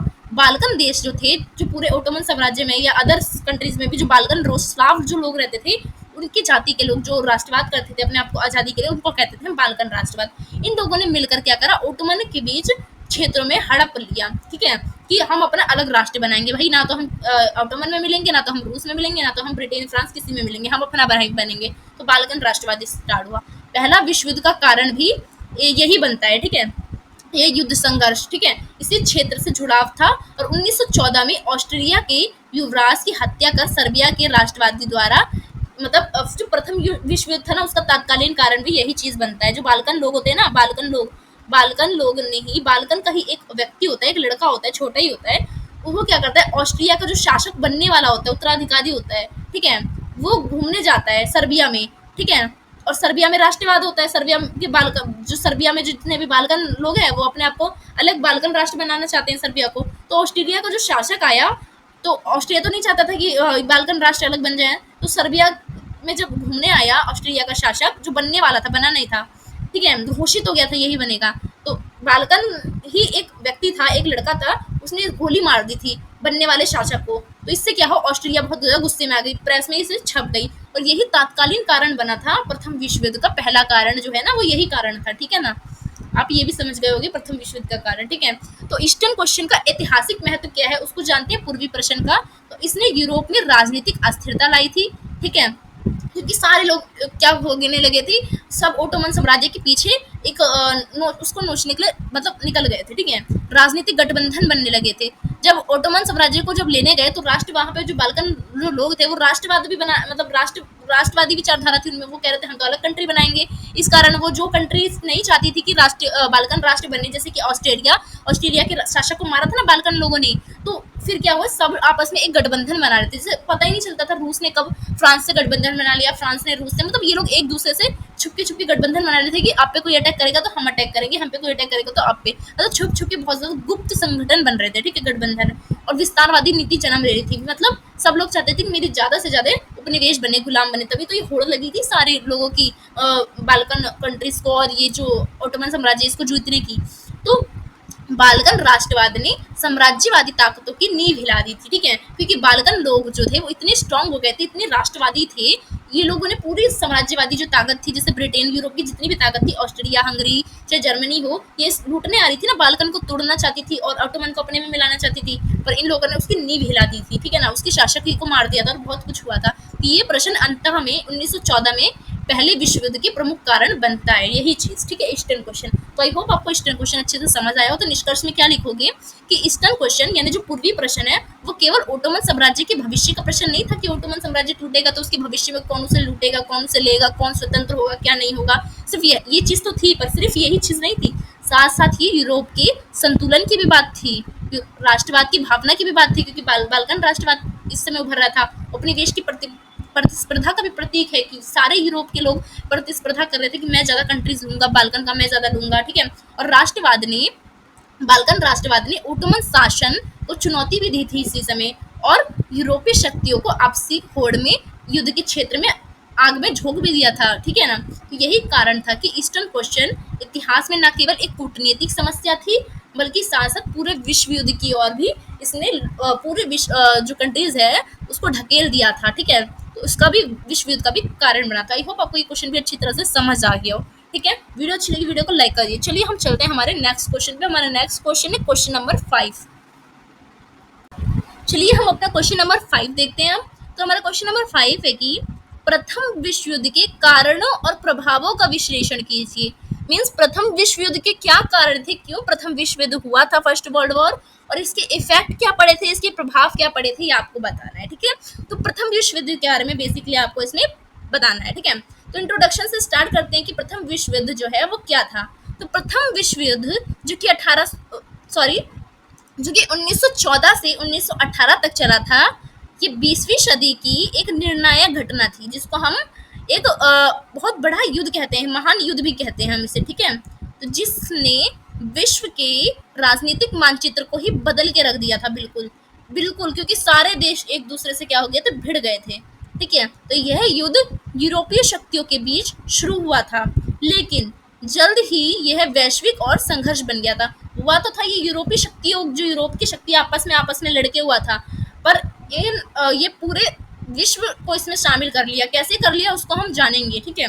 जिसमें एशिया, अफ्रीका, अमेरिका, ये सारे देश शामिल हो गए थे फर्स्ट वर्ल्ड वॉर में, ठीक है। तो इस युद्ध ने करोड़ों लोगों की जान ली थी और राजतंत्र को गिरा दिया था और दुनिया को राजनीतिक अस्थिरता, क्रांति और नई विचारधाराओं की ओर मोड़ दिया था कि अब पूरे दुनिया में अस्थिरता हो रही थी, राजनीतिक अस्थिरता, क्रांतियां फैल रही थी, नई नई विचारधाराएं उभर रही थी, राजतंत्र को हराया जा रहा था, लोकतंत्र, इन सब की भी बात की जा रही थी और करोड़ों लोगों की जान गई थी, क्योंकि एक ये ग्रेट वॉर भी कहते हैं इसे, एक महान युद्ध, एक बहुत ज्यादा बड़ा युद्ध हुआ था ये, ठीक है ना, प्रथम विश्व युद्ध, ठीक है। तो हम जानते हैं कि प्रथम विश्व युद्ध के क्या कारण थे, क्यों प्रथम विश्व युद्ध हुआ था। तो प्रथम विश्व युद्ध के कारण में से पहला कारण था कि राष्ट्रवाद यानी नेशनलिज्म इसका पहला कारण था। राष्ट्रवाद क्या था कि 19वीं सदी के अंत तक यूरोप में राष्ट्रवाद की भावना बहुत ज्यादा तीव्र हो गई थी। जैसे मैंने आपको ऊपर क्वेश्चन जो करवाए थे इससे पहले मैंने बताया था, जो बाल्कन थे उनमें राष्ट्रवाद उभर रहा था। पूरे यूरोप के हर क्षेत्र में बाल्कन लोग रहते थे, स्लाव लोग, जो बाल्कन क्षेत्र अपना बनाना चाहते थे। इन लोगों में राष्ट्रवाद की भावना बढ़ती थी कि हम तो अलग कंट्री बनाएंगे। तो राष्ट्रवाद की भावना जो थी कि हम अलग कंट्री बनाएंगे, हम अपनी विचारधारा, हम अपने भाषा, अपनी जाति के लोगों को बनाएंगे, तो ये बहुत ज्यादा उभर रही थी 19वीं सदी के अंत में, यानी 20वीं सदी की शुरुआत में। कहाँ पे? यूरोप में, ठीक है। विशेष रूप से अगर हम बात करें तो जर्मनी, इटली और बाल्कन देशों में ये भावना बहुत ज्यादा आक्रामक रूप से फैल गई थी, ठीक है। जर्मनी भी कभी जर्मनी और इटली का भी एकीकरण हुआ था इस समय। बाल्कन देश भी अपने अपने देश बना रहे थे। तो ये सारे जो देश बन रहा था, जो एकीकरण हो रहा था, तो ये सब राष्ट्रवाद के कारण ही तो होता है। जब लोगों में भावना जगती है तो हमें अलग देश बनाना है, हमें क्रांति करनी है, तो उसी को तो हम राष्ट्रवाद कहते हैं। राष्ट्रवाद उभर रहा था लोगों में। तो बाल्कन राष्ट्रवाद के कारण सर्बिया उग्रवादियों ने राष्ट्रीय ऑस्ट्रिया के युवराज फ्रांस फर्डिनेंड की हत्या भी कर दी थी, जो युद्ध का तत्कालीन कारण बना था। किस युद्ध का? प्रथम विश्व युद्ध का। तो प्रथम विश्व युद्ध का पहला कारण राष्ट्रवाद था। राष्ट्रवाद के कारण ही जो बाल्कन राष्ट्र के जो सर्बिया में जो उग्रवादी लोग रहते थे, जो बाल्कन राष्ट्रवाद के लोग थे, मतलब बाल्कन राष्ट्रवाद की मांग करते थे, जो सर्बिया में जो लोग थे उग्रवादी लोग, उसने ऑस्ट्रिया के युवराज को, जो कि बनने वाला था फ्रांस फर्डिनेंड, उसकी हत्या कर दी थी। और जो ऑस्ट्रिया के शासक की हत्या कर दोगे तो ऑस्ट्रिया चुप थोड़ी ना रहेगा। तो ऑस्ट्रिया ने भी हल्ला बोल दिया और प्रथम विश्व युद्ध की नींव रख दी। तो प्रथम विश्व युद्ध का कारण, तत्कालीन कारण यही था, पहला कारण, ठीक है। दूसरा क्या कारण था प्रथम विश्व युद्ध का? कि सैन्यवाद यानी मिलिट्रिज्म। यूरोपीय देशों ने क्या करा था? आपस में हथियारों की होड़ शुरू कर दी थी। मतलब सारे जो यूरोपीय देश थे, जैसे कि France, Britain, Germany, Austria Hungary, ये सब हथियारे बना रहे थे। सब, अमेरिका भी हथियार बना रहा था। सब इतनी हथियार बना रहे थे, सब कह रहे थे भाई मेरे जिसके पास जितने हथियार उतना है उसकी शक्ति, दूसरे लोग उससे उतना डरेंगे, ये सोचते थे। तो जर्मनी और ब्रिटेन के बीच नौसेना की प्रतिस्पर्धा भी बनी। देखिए ब्रिटेन, अगर मैंने आपको मैप दिखाया होगा, ब्रिटेन जो है ऐसे है ऊपर, ठीक है, और जर्मनी कुछ इस साइड में आता है, ठीक है। तो जर्मनी के आसपास तो देश है, तो मतलब जर्मनी तो एक तरफ से शायद ऊपर की तरफ से शायद पानी से घिरा हुआ है, मतलब पानी से है, ठीक है। पर ब्रिटेन तो खुले में एक महाद्वीप की मतलब एक द्वीप की तरह है, तो चारों तरफ ब्रिटेन के पानी है। तो आप सोच के बताओ तो किसको नाव की जरूरत पड़ेगी? ब्रिटेन को पड़ेगी ना, क्योंकि ब्रिटेन तो एक द्वीपीय देश है, मतलब आस उसके चारों तरफ ही पानी है, तो भाई उसको तो कहीं भी आने जाने के लिए उसको बोट चाहिए ही, नौसेना चाहिए। पर जर्मनी को तो नहीं चाहिए, जर्मनी की तो एक ही साइड में, ज्यादा जरूरत तो जर्मनी की नहीं है। पर क्या हुई, जब ब्रिटेन की सेना बढ़ी, जर्मनी ने भी सोचा कि मैं भी अपनी सेना बढ़ाऊं। अब ब्रिटेन देख रहा है अपनी एक आंखों से कि जर्मनी अपनी सेना बढ़ा रहा है, जबकि उसको इतनी जरूरत भी नहीं है। ये कैसे हो सकता है? तो दोनों के बीच क्या है? सेना की होड़, प्रतिस्पर्धा चालू हो गई। मैं ज्यादा सेना बनाऊंगा, मैं ज्यादा सेना बनाऊंगा। नौ सेना, वो जो नाव वाली सेना होती है, ठीक है। तो हर देश अपने अपने सैन्य बल को इतना मजबूत बनाना चाहते थे कि युद्ध में पीछे ना रहे, कि कभी युद्ध हो ना तो हम पीछे ना रहे। सब हथियार बना रहे हैं, सब सेना खड़े कर रहे हैं, सारे यूरोपीय देश एक दूसरे से ही आपस में ही लड़ भड़ रहे हैं, ठीक है। तीसरा कारण क्या था? कि गठबंधन प्रणाली, अलायंस सिस्टम, ये बड़े चुपके चुपके से हो रहा था यूरोप में उस समय। यूरोप दो बड़े सैन्य गुटों में बट चुका था। एक था त्रिगुट संधि, यानी जिसे हम ट्रिपल अलायंस कहते हैं। दूसरा है त्रि समझौता, जिसे हम ट्रिपल एतांत कहते हैं, ठीक है। तो ट्रिपल अलायंस में कौन कौन से लोग थे? जर्मनी, ऑस्ट्रिया हंगरी और इटली, ये ट्रिपल अलायंस में थे, ठीक है। और ट्रिपल एतांत में कौन आते थे? ब्रिटेन, फ्रांस और रूस आते थे, ठीक है। तो जो ट्रिपल अलायंस था और जो ट्रिपल एतांत था, ये दोनों लोग आपस में बट गए थे, मतलब अलग अलग गुट बना लिए थे, ठीक है। तो किसी एक देश पर हमला पूरे गुट को युद्ध में खींच लेता था। मान लो देखो ऑस्ट्रिया के ही तो शासक को मारा था ना बाल्कन ने, ठीक है। तो मतलब बाल्कन जो लोग थे सर्बिया के लोग ने, तो क्या है ऑस्ट्रिया के लोग और सर्बिया जो था वो इसमें शामिल था, मतलब है नहीं पर मतलब सपोर्ट इसका करता था। तो क्या है, अब ऑस्ट्रिया ने सर्बिया के खिलाफ क्या कर दी, हल्ला बोल कर दी कि तुमने हमारे शासक को मारा। अब इस पे हल्ला बोल करा तो इसका सपोर्ट किसी मान लो फ्रांस ने करा, तो फ्रांस का सपोर्ट ब्रिटेन ने करा। भाई भाई की लड़ाई जैसे होती है ना, लड़ाई होती है भाई, लड़ाई हो रही है चल, तो इसने इसको बुलाया, इसने इसको बुलाया, लड़ाई हो रही है, लड़ाई हो रही है, गठबंधन बना रखा था कि एक की लड़ाई हुई तो हमारी टीम आएगी। अब भाई ऑस्ट्रेलिया पे ये तीनों टूटेंगे तो इसके भी तो दोस्त है, अड़ोस पड़ोस इटली और जर्मनी, ये भी चले गए अपने दोस्त को बचाने के लिए, मतलब दोस्त दोस्त को बचाने के लिए चले गए, तो मतलब यही हुआ, गुटों में युद्ध हो गया, ठीक है ना। तो चौथा कारण क्या था प्रथम विश्व युद्ध का, कि उपनिवेशवादी प्रतिस्पर्धा बढ़ने लगी थी। अफ्रीका और एशिया में उपनिवेशों के लिए यूरोपीय शक्ति आपस में ही लड़ रही थी। जितने भी यूरोपीय शक्ति थी, Britain, France, Germany, Austria, Hungary, ये सब क्या कर रहे थे, आपस में ही लड़ रहे थे कि हम ज्यादा लोग गुलाम बनाएंगे, मतलब हम ज्यादा अफ्रीका के लोगों को गुलाम बनाएंगे। अफ्रीका बहुत ज्यादा उस समय क्योंकि संसाधन वाला देश था, ठीक है वहाँ पे, तो और भारत जैसे, तो ये सब होड़ लगी थी कि हम ज्यादा बनाएंगे, जिसके पास ज्यादा उतनी ज्यादा उसकी शक्ति होगी, अर्थव्यवस्था। जर्मनी ने देर से उपनिवेश बनाना शुरू किया था, लेकिन आक्रामक रूप से इसने भी बनाना शुरू कर दिया था। यह तनाव युद्ध का कारण बन गया था, ठीक है, यूरोप के देशों में, ठीक है। ब्रिटेन ज्यादा बना रहा था, फिर जर्मनी बनाने लग गया, तो उसके जो ब्रिटेन है उसको आंख लगने लगी कि ये कैसे कर रहा है, ये क्यों कर रहा है, ये क्यों बना रहा है, तो आपस में ये लोग भिड़ने लगे। पांचवा कारण क्या था, कि तात्कालीन कारण क्या था प्रथम विश्व युद्ध का, कि 28 जून 1914 को ऑस्ट्रिया के जो युवराज थे, जो मैंने बताया था ना, आर्च ड्यूक फ्रांज फर्डिनेंड, इसकी सर्बिया में हत्या कर दी थी। किसके द्वारा, राष्ट्रवादी वहाँ के जो लोग थे ना, जो बाल्कन राष्ट्रवादी लोग थे, बाल्कन राष्ट्रवादी एक लड़का था, उसने गोली मार दी थी। किसको, सर्बिया में गोली मार दी थी ऑस्ट्रिया के शासक को। ऑस्ट्रिया का शासक सर्बिया घूमने आया था अपनी वाइफ के साथ, पर क्या है उसको गोली मार दी थी एक राष्ट्रवादी ने, ठीक है। तो इसी के चलते किसी और देश में ऑस्ट्रिया का शासक घूमने आया था, तो ऑस्ट्रिया को क्या लगा कि तुम हम सर्बिया में मेरा शासक घूमने गया और मेरे राजा को सर्बिया ने मरवाया है, तो इसने सर्बिया के खिलाफ हल्ला बोल दिया और ये प्रथम विश्व युद्ध का कारण बनी। पर मारा किसने था, राष्ट्रवादी ने मारा था, ठीक है। इसके बाद ऑस्ट्रिया ने सर्बिया पर हमला किया और रूस ने सर्बिया का समर्थन किया।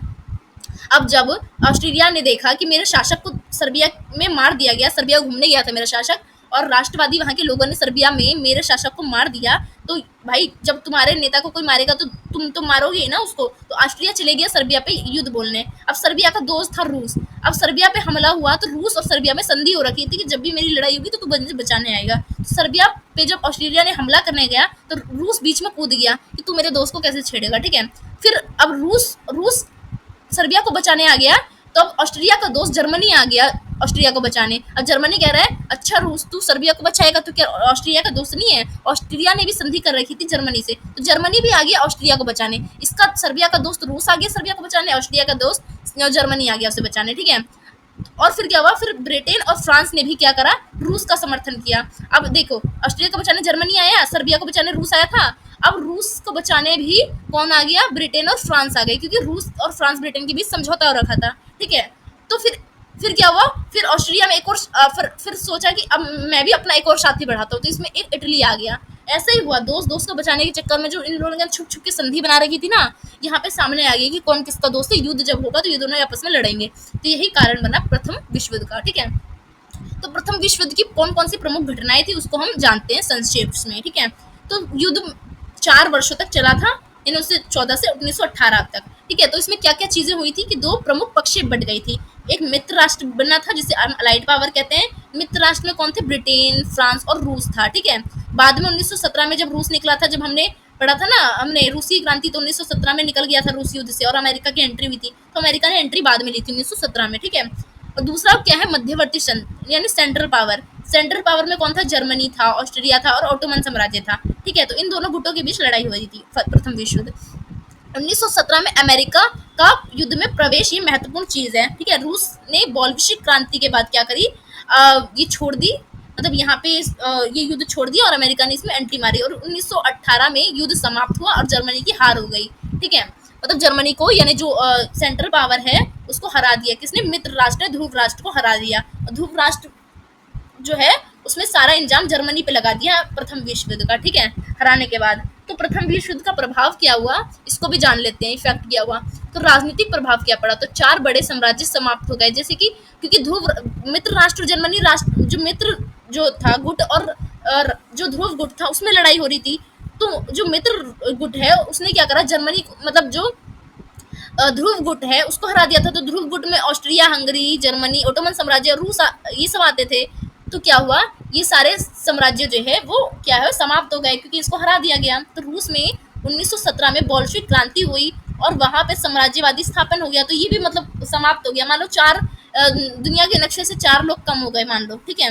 नई सीमाएं बनाए गए, नए राष्ट्र बनाए गए, जैसे पोलैंड, यूगोस्लाविया, चेकोस्लाविया, ये नए नए देश बनाए गए इस समय, ठीक है। तो मतलब मैप को ही बदल दिया गया, ठीक है। और युद्ध के बाद लीग ऑफ नेशनल की स्थापना की गई, ये सोच के कि प्रथम विश्व युद्ध में इतने लोग मारे गए, दोबारा कोई युद्ध ना हो, शांति हो, इसलिए लीग ऑफ नेशन की स्थापना की गई। आज हम देखते हैं जैसे यूएनओ है जो युद्ध को रोकता है, वैसे ही उस समय उस समय यूएनओ नहीं बना था, उससे पहले लीग ऑफ नेशन बना था, ठीक है। तो लीग ऑफ नेशन बनाई गई थी, ठीक है। पर ये सफल नहीं हुआ था। जब ये सफल नहीं हुआ था तो तभी तो यूएनओ बना। यूएनओ बनने का मतलब क्या है, एक कोई संस्था थी, इंटरनेशनल संस्था, जो सफल नहीं हुई युद्ध रोकने में, जब यूएनओ की स्थापना की गई और दोबारा यूएनओ बनाया गया द्वितीय विश्व युद्ध के बाद, ठीक है ना। तो क्या हुआ, आर्थिक प्रभाव क्या पड़ा प्रथम विश्व युद्ध का, कि युद्ध के दौरान देशों ने अपनी अर्थव्यवस्था को सैन्य उद्देश्यों के लिए समर्पित कर दिया था। यानी जितने भी पैसे कमा रहे थे वो सब सेना में ही लगा रहे थे। तो सारे लोग अपने पैसे क्या है अपने देश की प्रोटेक्शन और लड़ाई में दे रहे थे, ठीक है। और युद्ध के बाद यूरोपीय की अर्थव्यवस्था बर्बाद हो गई थी और उद्योग ध्वस्त और ठप हो गया था। जर्मनी पर भी बहुत ज्यादा कर लगा दिया गया था, बहुत ज्यादा जुर्माना लगा दिया गया था। और सारी जड़ का फसाद जो है, यानी प्रथम विश्व युद्ध का पूरा जड़ का फसाद जर्मनी पे ये अपराध ठोक गया कि तुम्हारी वजह से ये युद्ध हुआ है, ठीक है, और तुम ही इसका जुर्माना भरोगे अब। तो जो जीतने वाले खेमा था, हारने वाले खेमे में जो जर्मनी था उस पर सारा इंजाम लगाया और जर्मनी को कहा तुम मेन जड़ो इस युद्ध का, तो तुम ही दोगे सारा हर जाना, ठीक है। तीसरा प्रभाव क्या पड़ा, कि सामाजिक प्रभाव, कि करोड़ों सैनिक और नागरिक लोग मारे गए और घायल भी हो गए। युद्ध में ऑब्वियसली बात है, जो जो देश लड़ रहे होंगे, जो जीता उसके भी घायल हुए होंगे, जो हारा उसके भी घायल हुए होंगे।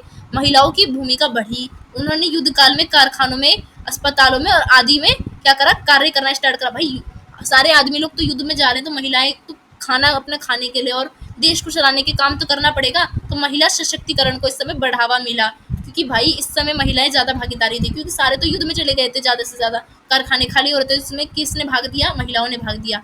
युद्ध ने शरणार्थियों की समस्या बढ़ा दी। जो देश हारता था, जो तबाह हो जाता था, वहां के शरणार्थी क्या करते थे, उनको दूसरे देश में शिफ्ट होना पड़ता था, ठीक है। दुख, घृणा, आतंक, इन सब का वातावरण बना रहा है। युद्ध में यही होता है, जो देश हारता है उस पर पूरा अत्याचार होता है उस देश पे। तो वैचारिक प्रभाव क्या पड़ा, कि लोकतंत्र, समाजवाद और राष्ट्रवाद की नई लहर हुई। लोगों ने लोकतंत्र की मांग करने लगे, समाजवाद की मांग करने लगे, राष्ट्रवाद जैसे बाल्कन राष्ट्रवाद, अक्सर इटली का एकीकरण हुआ, जर्मनी का एकीकरण हुआ। तो उपनिवेशों में स्वतंत्रता आंदोलन तेज होने लगे और उपनिवेशों ने युद्ध का सहयोग किया और बाद में स्वतंत्रता नहीं मिली पर उन्हें, जैसे कि भारत ने भी सपोर्ट किया था प्रथम विश्व युद्ध को, कि युद्ध में अगर हम सपोर्ट करेंगे ब्रिटेन को तो ब्रिटेन हमें आज़ादी दे देगा, पर वो नहीं कर रहा उन्होंने। तो फांसीवाद और नाजीवाद जैसी चरम विचारधाराएं इसी के कारण उभरी। जब प्रथम विश्व युद्ध हुआ और युद्ध में जो मित्र राष्ट्र ने ध्रुव राष्ट्र को हराया, तो ध्रुव राष्ट्र का हिस्सा था जर्मनी। जर्मनी पे सारा आरोप लगा दिया कि तेरे वजह से ये युद्ध हुआ है, तो तू ही सारा हर्जाना देगा। उसमें बहुत सारी मतलब एक अपमानजनक वर्षाई की संधि की गई थी, वो आगे हम पढ़ेंगे, वो आएगा आपका क्वेश्चन, ठीक है। तो वो उस संधि के तहत जर्मनी को इतना अपमान किया गया, इतना अपमान किया गया। तो जो जर्मनी में जो है ना नाजीवाद, यानी हिटलर, नाम आपने सुना होगा हिटलर, उस हिटलर का उदय इसी कारण हुआ था। जर्मनी का इतना अपमान किया इन मित्र राष्ट्रों ने कि तूने ही सारा युद्ध किया है, तू ही फसाद की जड़ है, इतना टैक्स लगाया गया, बहुत सारी मतलब चीजें रोक दी गई थी जर्मनी की। तो वहां पे हिटलर का उदय हुआ कि अच्छा तो हमारे साथ ये करोगे। हिटलर जैसा एक क्रूर शासक आया और उसने फिर क्या करा, नरसंहार कर दिया। आपने हिटलर तो सुना ही होगा, है ना। हिटलर से ही समझ आता है कि एक खड़ूस व्यक्ति। तो इस ये जर्मनी की जो संधि थी ना, इसी के कारण हिटलर का जन्म हुआ था।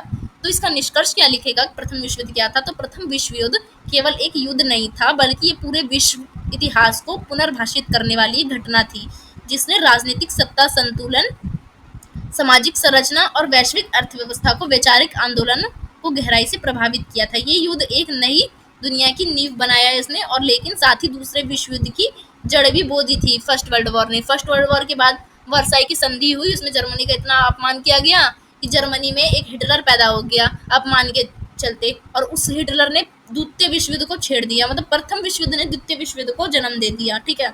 आई होप आपको ये क्वेश्चन भी अच्छे से समझ आया हो, ठीक है। सो चलते हैं हम हमारे नेक्स्ट क्वेश्चन पे। वीडियो अच्छी लगी हो तो वीडियो को लाइक जरूर कीजिएगा, ठीक है।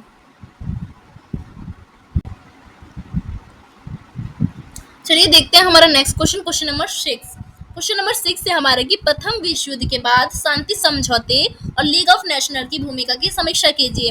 अभी हम प्रथम विश्व युद्ध पढ़ रहे थे, तो मैंने बताया ना प्रथम विश्व युद्ध के बाद क्या प्रभाव पड़ा, कि लीग ऑफ नेशनल की स्थापना की गई कि युद्ध को रोका जाए, और इसी लीग ऑफ नेशनल ने के तहत ही मतलब वर्साई की संधि वगैरह भी हुई थी। तो लीग ऑफ नेशनल जो है शांति समझौता के लिए हुआ था कि दुनिया में जो ये बड़ा सा युद्ध हुआ है दोबारा ना हो, इसके लिए मतलब लीग ऑफ नेशन की स्थापना की गई। तो ये आपको बताना है, ठीक है।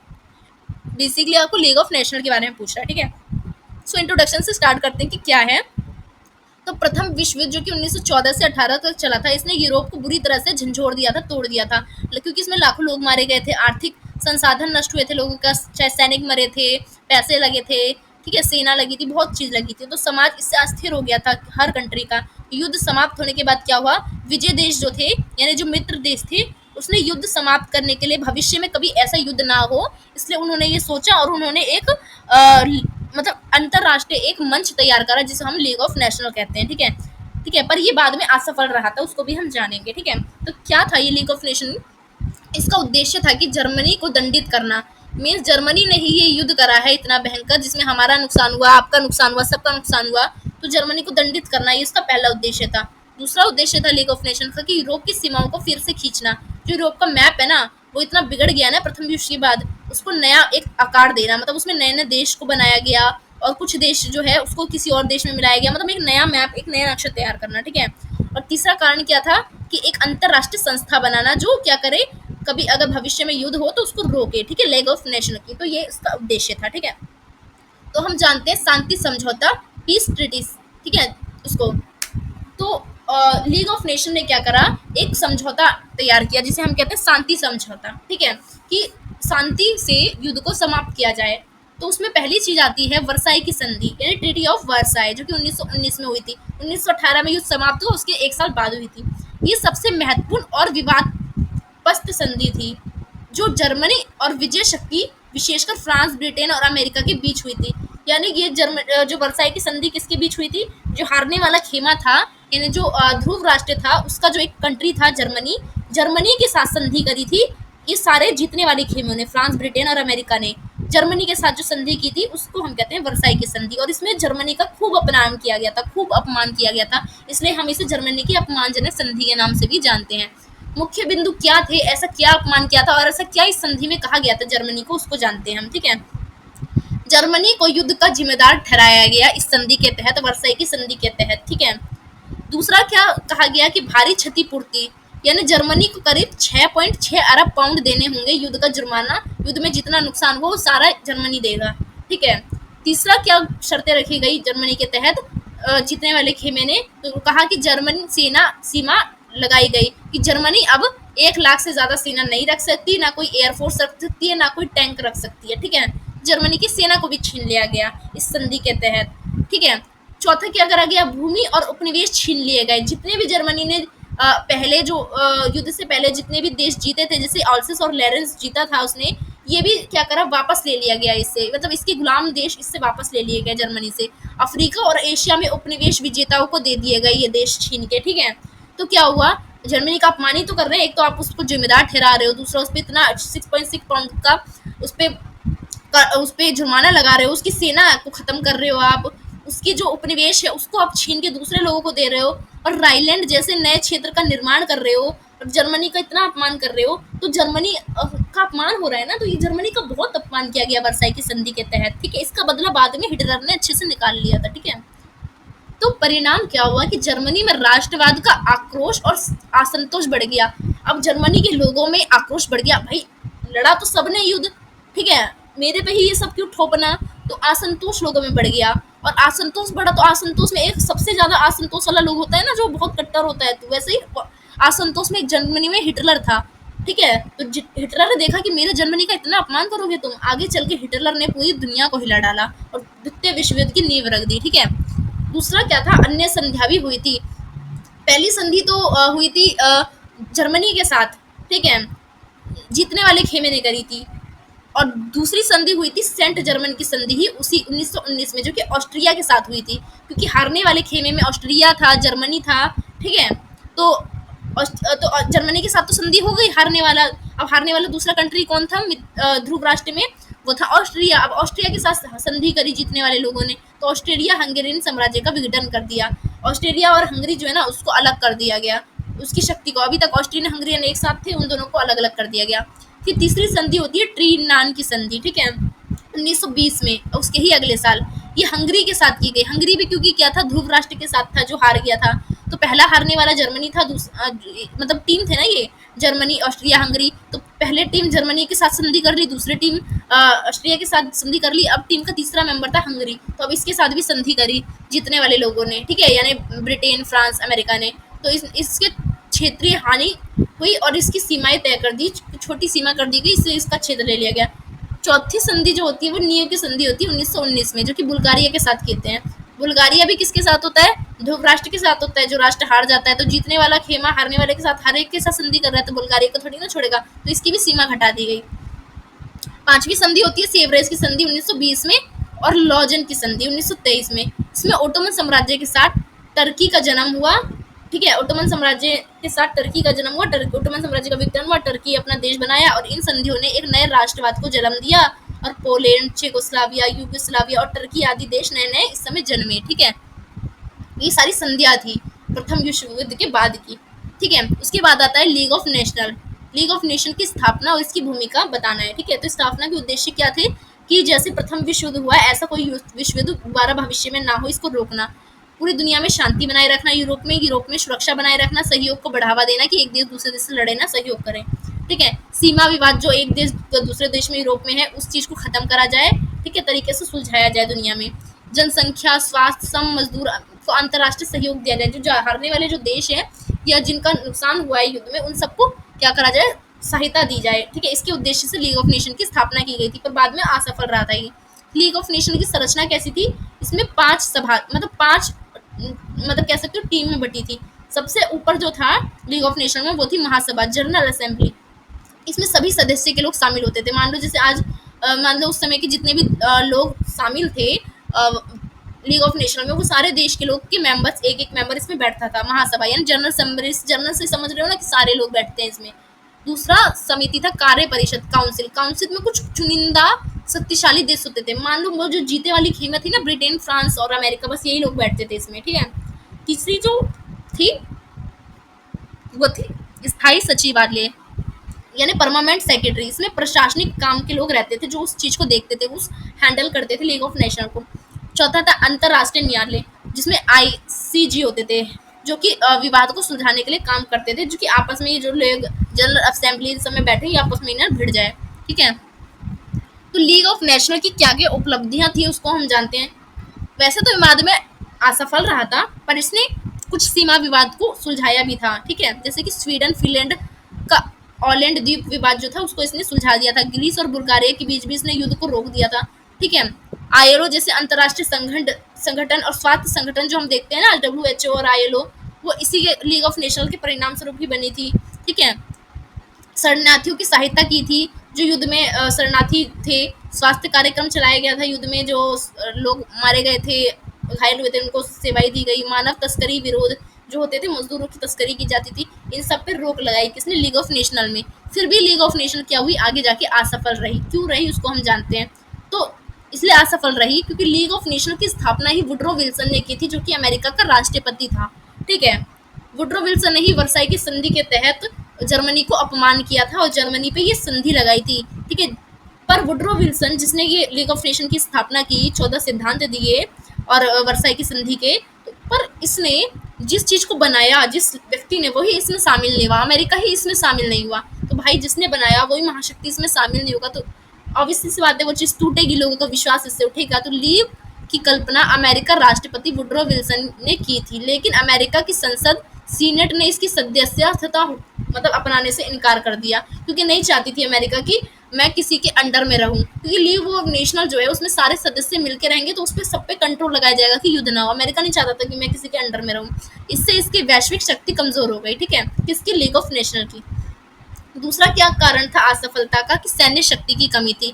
लीग ऑफ नेशन के पास कोई अपनी सेना नहीं थी। लीग ऑफ नेशनल जैसे है, मान लो कभी किसी को सपोर्ट करने जाए, युद्ध हो तो उसको रोकने के लिए उसके पास सेना होनी चाहिए ना, पर उसके पास खुद की सेना नहीं थी।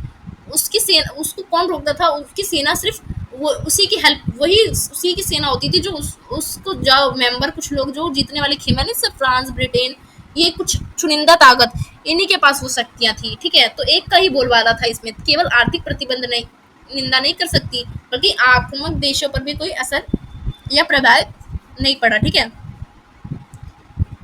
तो तीसरा क्या कारण था असफलता का, कि आक्रामक राष्ट्रों का नियंत्रण विफल हो रहा था। जापान ने 1931 में मंचूरिया पर कब्जा कर लिया था और लीग कुछ नहीं कर पाया था। ठीक है, तो लीग ऑफ नेशन कुछ नहीं कर पाई थी। उसने कहा था ना कि हम रोकेंगे इलीगल चीजों को, युद्ध को, पर ऐसा कुछ नहीं कर पाया था। जापान ने तो आराम से मंचूरिया पे कब्जा कर लिया। इटली ने 1935 में इथियोपिया पर हमला करा, फिर भी लीग ऑफ नेशन कुछ नहीं कर पाया।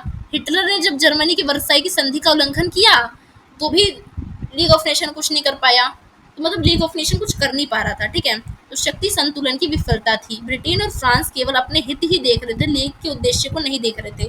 ठीक है, तो एक चार्ट में यहाँ पे आपको दिखा देती हूँ। ठीक है, प्रथम विश्व युद्ध के बाद शांति समझौते और लीग ऑफ नेशन की क्या भूमिका थी, वो एक चार्ट फॉर्म में भी, जो मैंने आपको अभी ऊपर पढ़ाया ना, वो सब एक चार्ट फॉर्म में है। ठीक है ना, तो वो सब भी आप पढ़ सकते हो। ठीक है, इस पीडीएफ को लेके ये सेम चीज़ जो मैंने आपको ऊपर बताई ना, वही चीज़ चार्ट फॉर्म में आप ऐसे बना सकते हो, एग्जाम में आपको बहुत अच्छे नंबर मिलेंगे। ठीक है ना, तो निष्कर्ष में क्या लिखोगे कि जो प्रथम विश्व के बाद जो लीग ऑफ नेशनल थी वो क्या था, तो शांति समझौता और लीग ऑफ नेशनल जो है वो प्रथम विश्व युद्ध के बाद लाया गया था। ठीक है, इनकी सीमा आगे चलकर द्वितीय विश्व युद्ध का मार्ग प्रशस्त की। जो ये लीग ऑफ नेशनल बना, शांति समझौते बना, ये कहने को तो शांति के लिए था, पर इसने अशांति फैला दी। दूसरा विश्व युद्ध इसने खड़ा कर दिया, इतना जर्मनी और अन्य लोगों का अपमान करा कि हिटलर जैसे लोगों का उदय हो गया। फिर भी लीग ऑफ नेशनल ने एक वैश्विक संस्था के विचार को जन्म दिया कि विश्व में एक संस्था हो सकती है जो पूरे देश को कंट्रोल कर सकती है। ऐसी एक विचारधारा को जन्म दे दिया, जो बाद में चल के यूएनओ में बदलता है। सेकेंड वर्ल्ड वॉर के बाद हम देखते हैं ना, आज भी हमारे एक यूएनओ है, अंतर्राष्ट्रीय संघ है, जो युद्ध को रोकने का कार्य करती है। इसमें भारत भी है, वन आई थिंक 93 देश है। ठीक है, जिससे आगे चलकर संयुक्त राष्ट्र संघ यूएनओ की स्थापना हुई। तो यूएनओ की प्रेरणा जो है वो लीग ऑफ नेशनल से ही आती है। इसने ये सिखाया कि केवल संध्या ही नहीं, बल्कि न्याय, समानता और सामूहिक कार्यवाही से ही क्या करी जा सकती है, शांति स्थापित करी जा सकती है। आई होप आपको ये क्वेश्चन अच्छी तरह से समझ आया हो। वीडियो अच्छी लगी हो तो वीडियो को लाइक जरूर कीजिएगा। ठीक है, चलिए देखते हैं हमारा नेक्स्ट क्वेश्चन, क्वेश्चन नंबर 7। हमारा क्वेश्चन नंबर 7 है कि 1929 की महामंदी यानी ग्रेट डिप्रेशन के कारण क्या थे और यूरोप पे इसके प्रभाव क्या पड़े। इससे पहले भी हमने पढ़ा था ना 1873 वाला जो आर्थिक मंदी, वो तो 1800 वाला था, ये 1929 की महामंदी थी। ठीक है ना, इसको हम ग्रेट डिप्रेशन कहते हैं। ठीक है, तो इसके क्या कारण थे और इसका यूरोप पे क्या प्रभाव था, ये आपको बताना है। ठीक है, सो इंट्रोडक्शन से स्टार्ट करते हैं। सो 1929 की महामंदी यानी जो 20वीं सदी की सबसे भीषण और वैश्विक आर्थिक गिरावट के कारण आई थी। ठीक है, इसकी शुरुआत अमेरिका के स्टॉक मार्केट के गिरने से हुई थी। ठीक है, तो अमेरिका का स्टॉक मार्केट गिरा था, इसी को हम कहते हैं 1929 की महामंदी, जिसका प्रभाव पूरी दुनिया पर पड़ा था। लेकिन जल्द ही इसका असर पूरी दुनिया, विशेषकर से यूरोप की अर्थव्यवस्था पे और उसके समाज पे पड़ने लगा था। ठीक है, तो यह मंदी न केवल आर्थिक संकट लेकर आई थी, बल्कि सामाजिक अस्थिरता और राजनीतिक उथल पुथल का कारण बनी थी। क्यों? क्योंकि आज के टाइम पे हम देखते हैं कि एक देश दूसरे देश पे कहीं ना कहीं डिपेंड है किसी ना किसी व्यवस्था से। तो अमेरिका की अर्थव्यवस्था चरमराई, तो यूरोप पे भी इसका प्रभाव डायरेक्टली पड़ा। ठीक है, तो महामंदी जो हुई थी 1929 की, उसके क्या प्रमुख कारण थे उसको बताना है। ठीक है, तो स्टॉक मार्केट का पतन पहला चीज, तो 1929 में अमेरिका की स्टॉक मार्केट गिर गई थी। अक्टूबर 1929 में अमेरिका के शेयर बाजार में भारी गिरावट आई थी, जिससे जो निवेशक थे उनको भारी नुकसान हुआ था। उनकी विश्वास की कमी के कारण बैंकों और उद्योगों में बहुत ज्यादा संकट फैल गया था। वहीं बैंकिंग प्रणाली भी बहुत ज्यादा कमजोर हो गई थी। बैंकों ने अविवेकपूर्ण ऋण दिए थे, मतलब बिना सोचे समझे बहुत लोगों को लोन दिए दिए थे। शेयर मार्केट गिर गया, उन्होंने शेयर मार्केट में पैसे लगाए, जब बैंक भी डूब गए, शेयर मार्केट भी डूब गया। कई बैंकों के दिवालिये निकल गए, जिससे लोगों ने अपनी जमा पूंजी निकालना शुरू कर दिया बैंकों से, और बैंक नष्ट हो गया। वहां की अति उत्पादन वही वाली कारण हो गए जो हमने 1873 वाला पढ़ा था, कि ज्यादा से ज्यादा प्रोडक्शन और डिमांड उतनी थी नहीं, तो उद्योगों ने उपभोग की तुलना में अधिक उत्पादन कर लिया था, जिससे वस्तु बिकी नहीं और जो वस्तु बनी वो गोदाम में भरी रही और उसका बिकाव हुआ ही नहीं। तो गोदाम भर गए, कारखाने बंद होने लगे, बिक्री थी नहीं पर प्रोडक्शन ज़्यादा था। वही चौथा कारण था, अंतरराष्ट्रीय व्यापार में गिरावट आ गई, क्योंकि अमेरिका की स्टॉक मार्केट्स गिरने से पूरी दुनिया पे प्रभाव पड़ी, पूरी दुनिया की अर्थव्यवस्था चरमराई। भाई जब चरमराएगी तो कौन सामान खरीदेगा? तो अमेरिका ने अपने आयात पर भारी टैरिफ लगा दिया। टैरिफ यानी टैक्स होते हैं, ठीक है, जिससे वैश्विक व्यापार बहुत ज्यादा प्रभावित हुआ। यूरोप के देशों में भी निर्यात पर निर्भर थे वो भी, तो उसकी भी अर्थव्यवस्था बहुत ज्यादा लड़खड़ा गई इससे। तो गोल्ड स्टैंडर्ड नीति आ गई। वैश्विक आर्थिक प्रणाली सोने पर आधारित थी, सोने से वैश्विक मुद्राएं को तौले जा रहा था, जिससे संकट के प्रमुख मुद्रा आपूर्ति नहीं बढ़ाई जा सकी। इसने संकट को और गहरा कर दिया। तो महामंदी का यूरोप पर क्या प्रभाव पड़ा? तो यूरोप में महामंदी का प्रभाव पड़ा कि जर्मनी में आर्थिक संकट और नाजीवाद का इससे उदय हुआ।